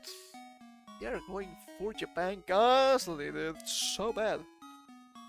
They was prepared following a face-to-face review of the 9th report on the implementation of the Convention on the Elimination of All Forms of Discrimination Against Women. What a mouthful. Which was held on October 17th. In this final opinion, concerns were expressed that pornography, video games, manga, and other animated products may incite violence against women and girls based on gender or sexual orientation. What? It further recommended effectively implementing existing legal measures and monitoring programs to address the production and distribution of pornography, video games, and animation products that reinforce discriminatory gender stereotypes and reinforce sexual violence against women and girls. It's fiction! It's fiction! Can't people understand the difference at fucking once? Please! Keep saying that, take a drink and die. Die for my sins, I guess.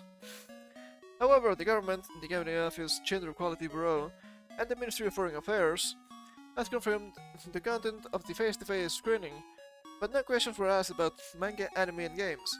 Despite not being checked during the face-to-face screening, the company expressed its concerns. This one-sided content denies the freedom of expression in manga, anime, and games, and calls for them to be cornered through legal action and surveillance, which is extremely unjust. We will consider requesting that the sources and grounds be disclosed, and also requesting a retraction if this is not possible. Yeah, I guess. Yamamoto is well known for his stance against censorship, and originally ran on a platform which emphasized his desire to protect anime, manga, and other forms of media from government censorship and foreign pressure. Wait a second once again. He's also against censorship. They keep going for this. They keep going for Japan. Oh, we can have Japan. We can have Japan have the free speech. It's bad, we don't like it. It's so dangerous. It cannot be allowed. And like, but it's fiction. What's the big deal? It's fiction. Oh man, it's just so annoying. It's just so annoying, and they will not stop. Make no mistake about it, okay? Make no mistake about it. They will not stop. What else do we have here? Oh yeah, speaking of stopping stuff that will live with these guys, I don't think we do. Let's take a look. From Bloomberg. Point dismantles diversity team and pressure builds on new CEO. Who will live those lies? I don't know, man. We could. I guess we could. Diversity staff to be reassigned. Vice President reports. Let's go down and read the thing. CEO has dismantled its Global Diversity, Equity and Inclusion Department, making it the latest high-profile corporation to make changes to its DEI policy. As its new top leader oversees a broader revamp of the company's workforce. Staff from Boeing's DEI office will be combined with another human resources team focused on talent and employee experience. Current to people familiar with the matter. Certainly Ian Bowen, a Boeing vice president who led the now defunct department, left the company on Thursday. Well, that's good. Team achieved so much, sometimes imperfectly, never easily, and dreamed of doing much more still, Bowen wrote in a farewell post on LinkedIn. Boeing's new Chief Executive Officer, Kelly Ortberg, is streamlining the plane makers operations and trimming its executive ranks as part of a broader 10% reduction in headcount. Well, that's easy to take out, I suppose. The shift also comes as large US companies face increasing pressure from conservative activists to dismantle or downplay their efforts on diversity, equity, and inclusion. Yes, it's actually illegal. Sorry to tell you this, it is actually illegal, so it makes sense. While Boeing's workforce has traditionally skewed white and male, Because it's the US. The company stepped up its efforts to recruit more black employees and people from other minority groups under former CEO Dave Calhoun, who stepped down in early August. Unlucky. Maybe the Boeing planes will stop crashing. Anti-DEI activist Ruby Starbuck, who claims credit for convincing Toyota and Harley-Davidson to scale back DEI. Well, this guy's a fucking hack.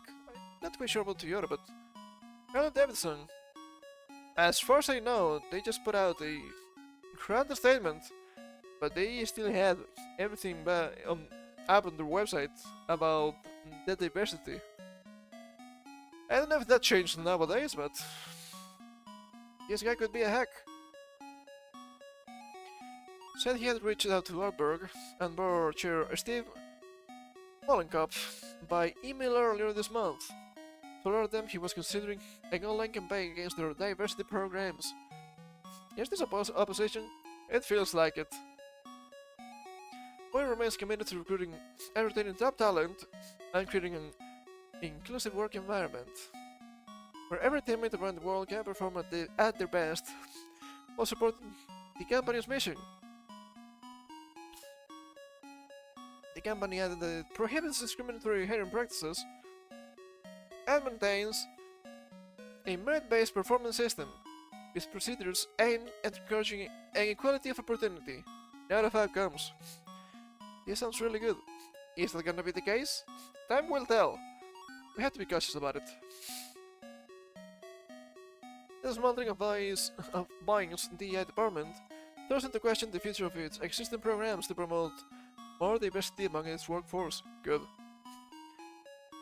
Boeing had promised to increase opportunities for underrepresented workers, including black employees in the aftermath of George Floyd's death in 2021. Ameno Dorime. So always defend man. As part of that effort, the company pledged to increase overall black employment by 20% by 2025. Boeing was already closing in on that goal last year, as black employment rose to 7.5% in 2023, a 17% increase, according to data report to the US federal government. We have to talk about demographics. Do you have... can you justify this without the AI? Probably not, right? Employee diversity goals are among the most contentious for anti-DEI activists, who argue that it fosters discrimination against other demographic groups. Well, it literally does. It is affirmative action, and affirmative action is still discrimination, but since it is against white people, they don't care. That's the problem. That's just the main problem here. So, the message here could be... where was it? The message here looks positive. They're not like, yeah, we reaffirm our commitment to the diversity, equity, and inclusion. So this could be a good change, but we know this could be just a bunch of bullshit, and they will still apply DEI onto the low. You know, that is still a possibility. And let's finish for today with a stupid list from Bob Crave. Shortlisted words for Collins Dictionary's 2024 Word of the Year. Breath, Word of the Year. Is Kamala Harris going to claim ownership of this? Oh, Brett Kamala insurrection. Favorite. Era of all things. It's interesting. Delulu. Yapping. Raw dogging. We had this guy. Raw dog. What the fuck? It doesn't mean what you think it means. Anti-tourism. Looks maxing. Romantasy and supermajority. I did not expect these two. And anti-tourism either. This, hate to say this, right? But this is pure brain rot. It is pure brain rot, baby. It's pure brain rot. Oh man. Jesus Christ. My goodness. Censorship. Rampant censorship, man. It's so bad. AI, not a big fan either. But, eh. You had to deal with this bullshit as it comes. It's not good, it's not the best, but you had to deal with this. It's so ass, it's so annoying, I swear to God. Especially with the Twitch stuff, right? Doesn't make any sense. Oh no, we have we need a content warning now for politics. And I'm like, okay, but do you know that there's an actual politics category? You people run Twitch, you should know that, right? Well, yes, they should know that. They don't. Which is the main problem. They do not. It's ass. It's just pure ass. So bad. Anyway, oh my god. I think it's time for me to take my leave. I think it's time for me to take my leave. So, thank you for coming. I hope you had some fun. Do not despair too much with the news, okay? We need to know what's going on.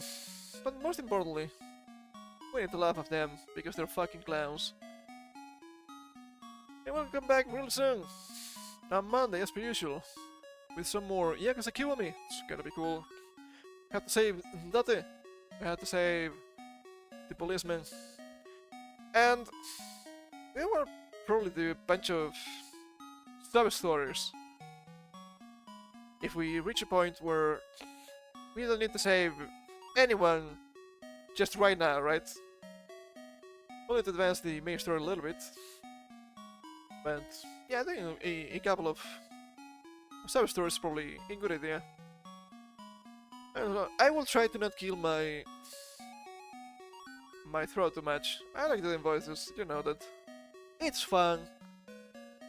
But yeah, you can secure me on Monday.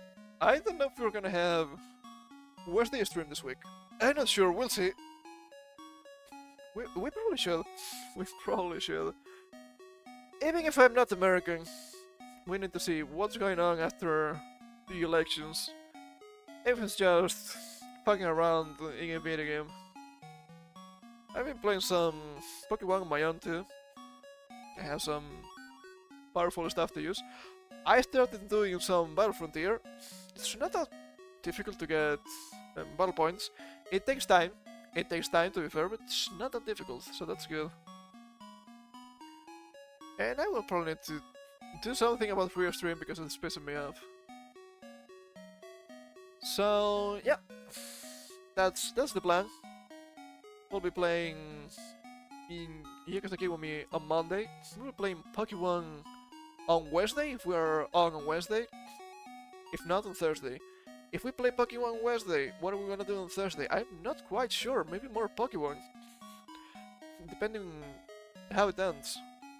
Could be more Pokemon. Could be more Yakuza Kiwami. It's gonna be more game.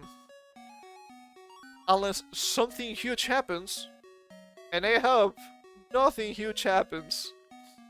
You know, remember, the 5th of November. Be safe out there, okay? Okay, I'm just tangenting, talking about next week. Anyway, thank you for coming, hope you have some fun, and we'll see you all soon on Monday as usual with some Yakuza. Until then, you know the rules. Take care.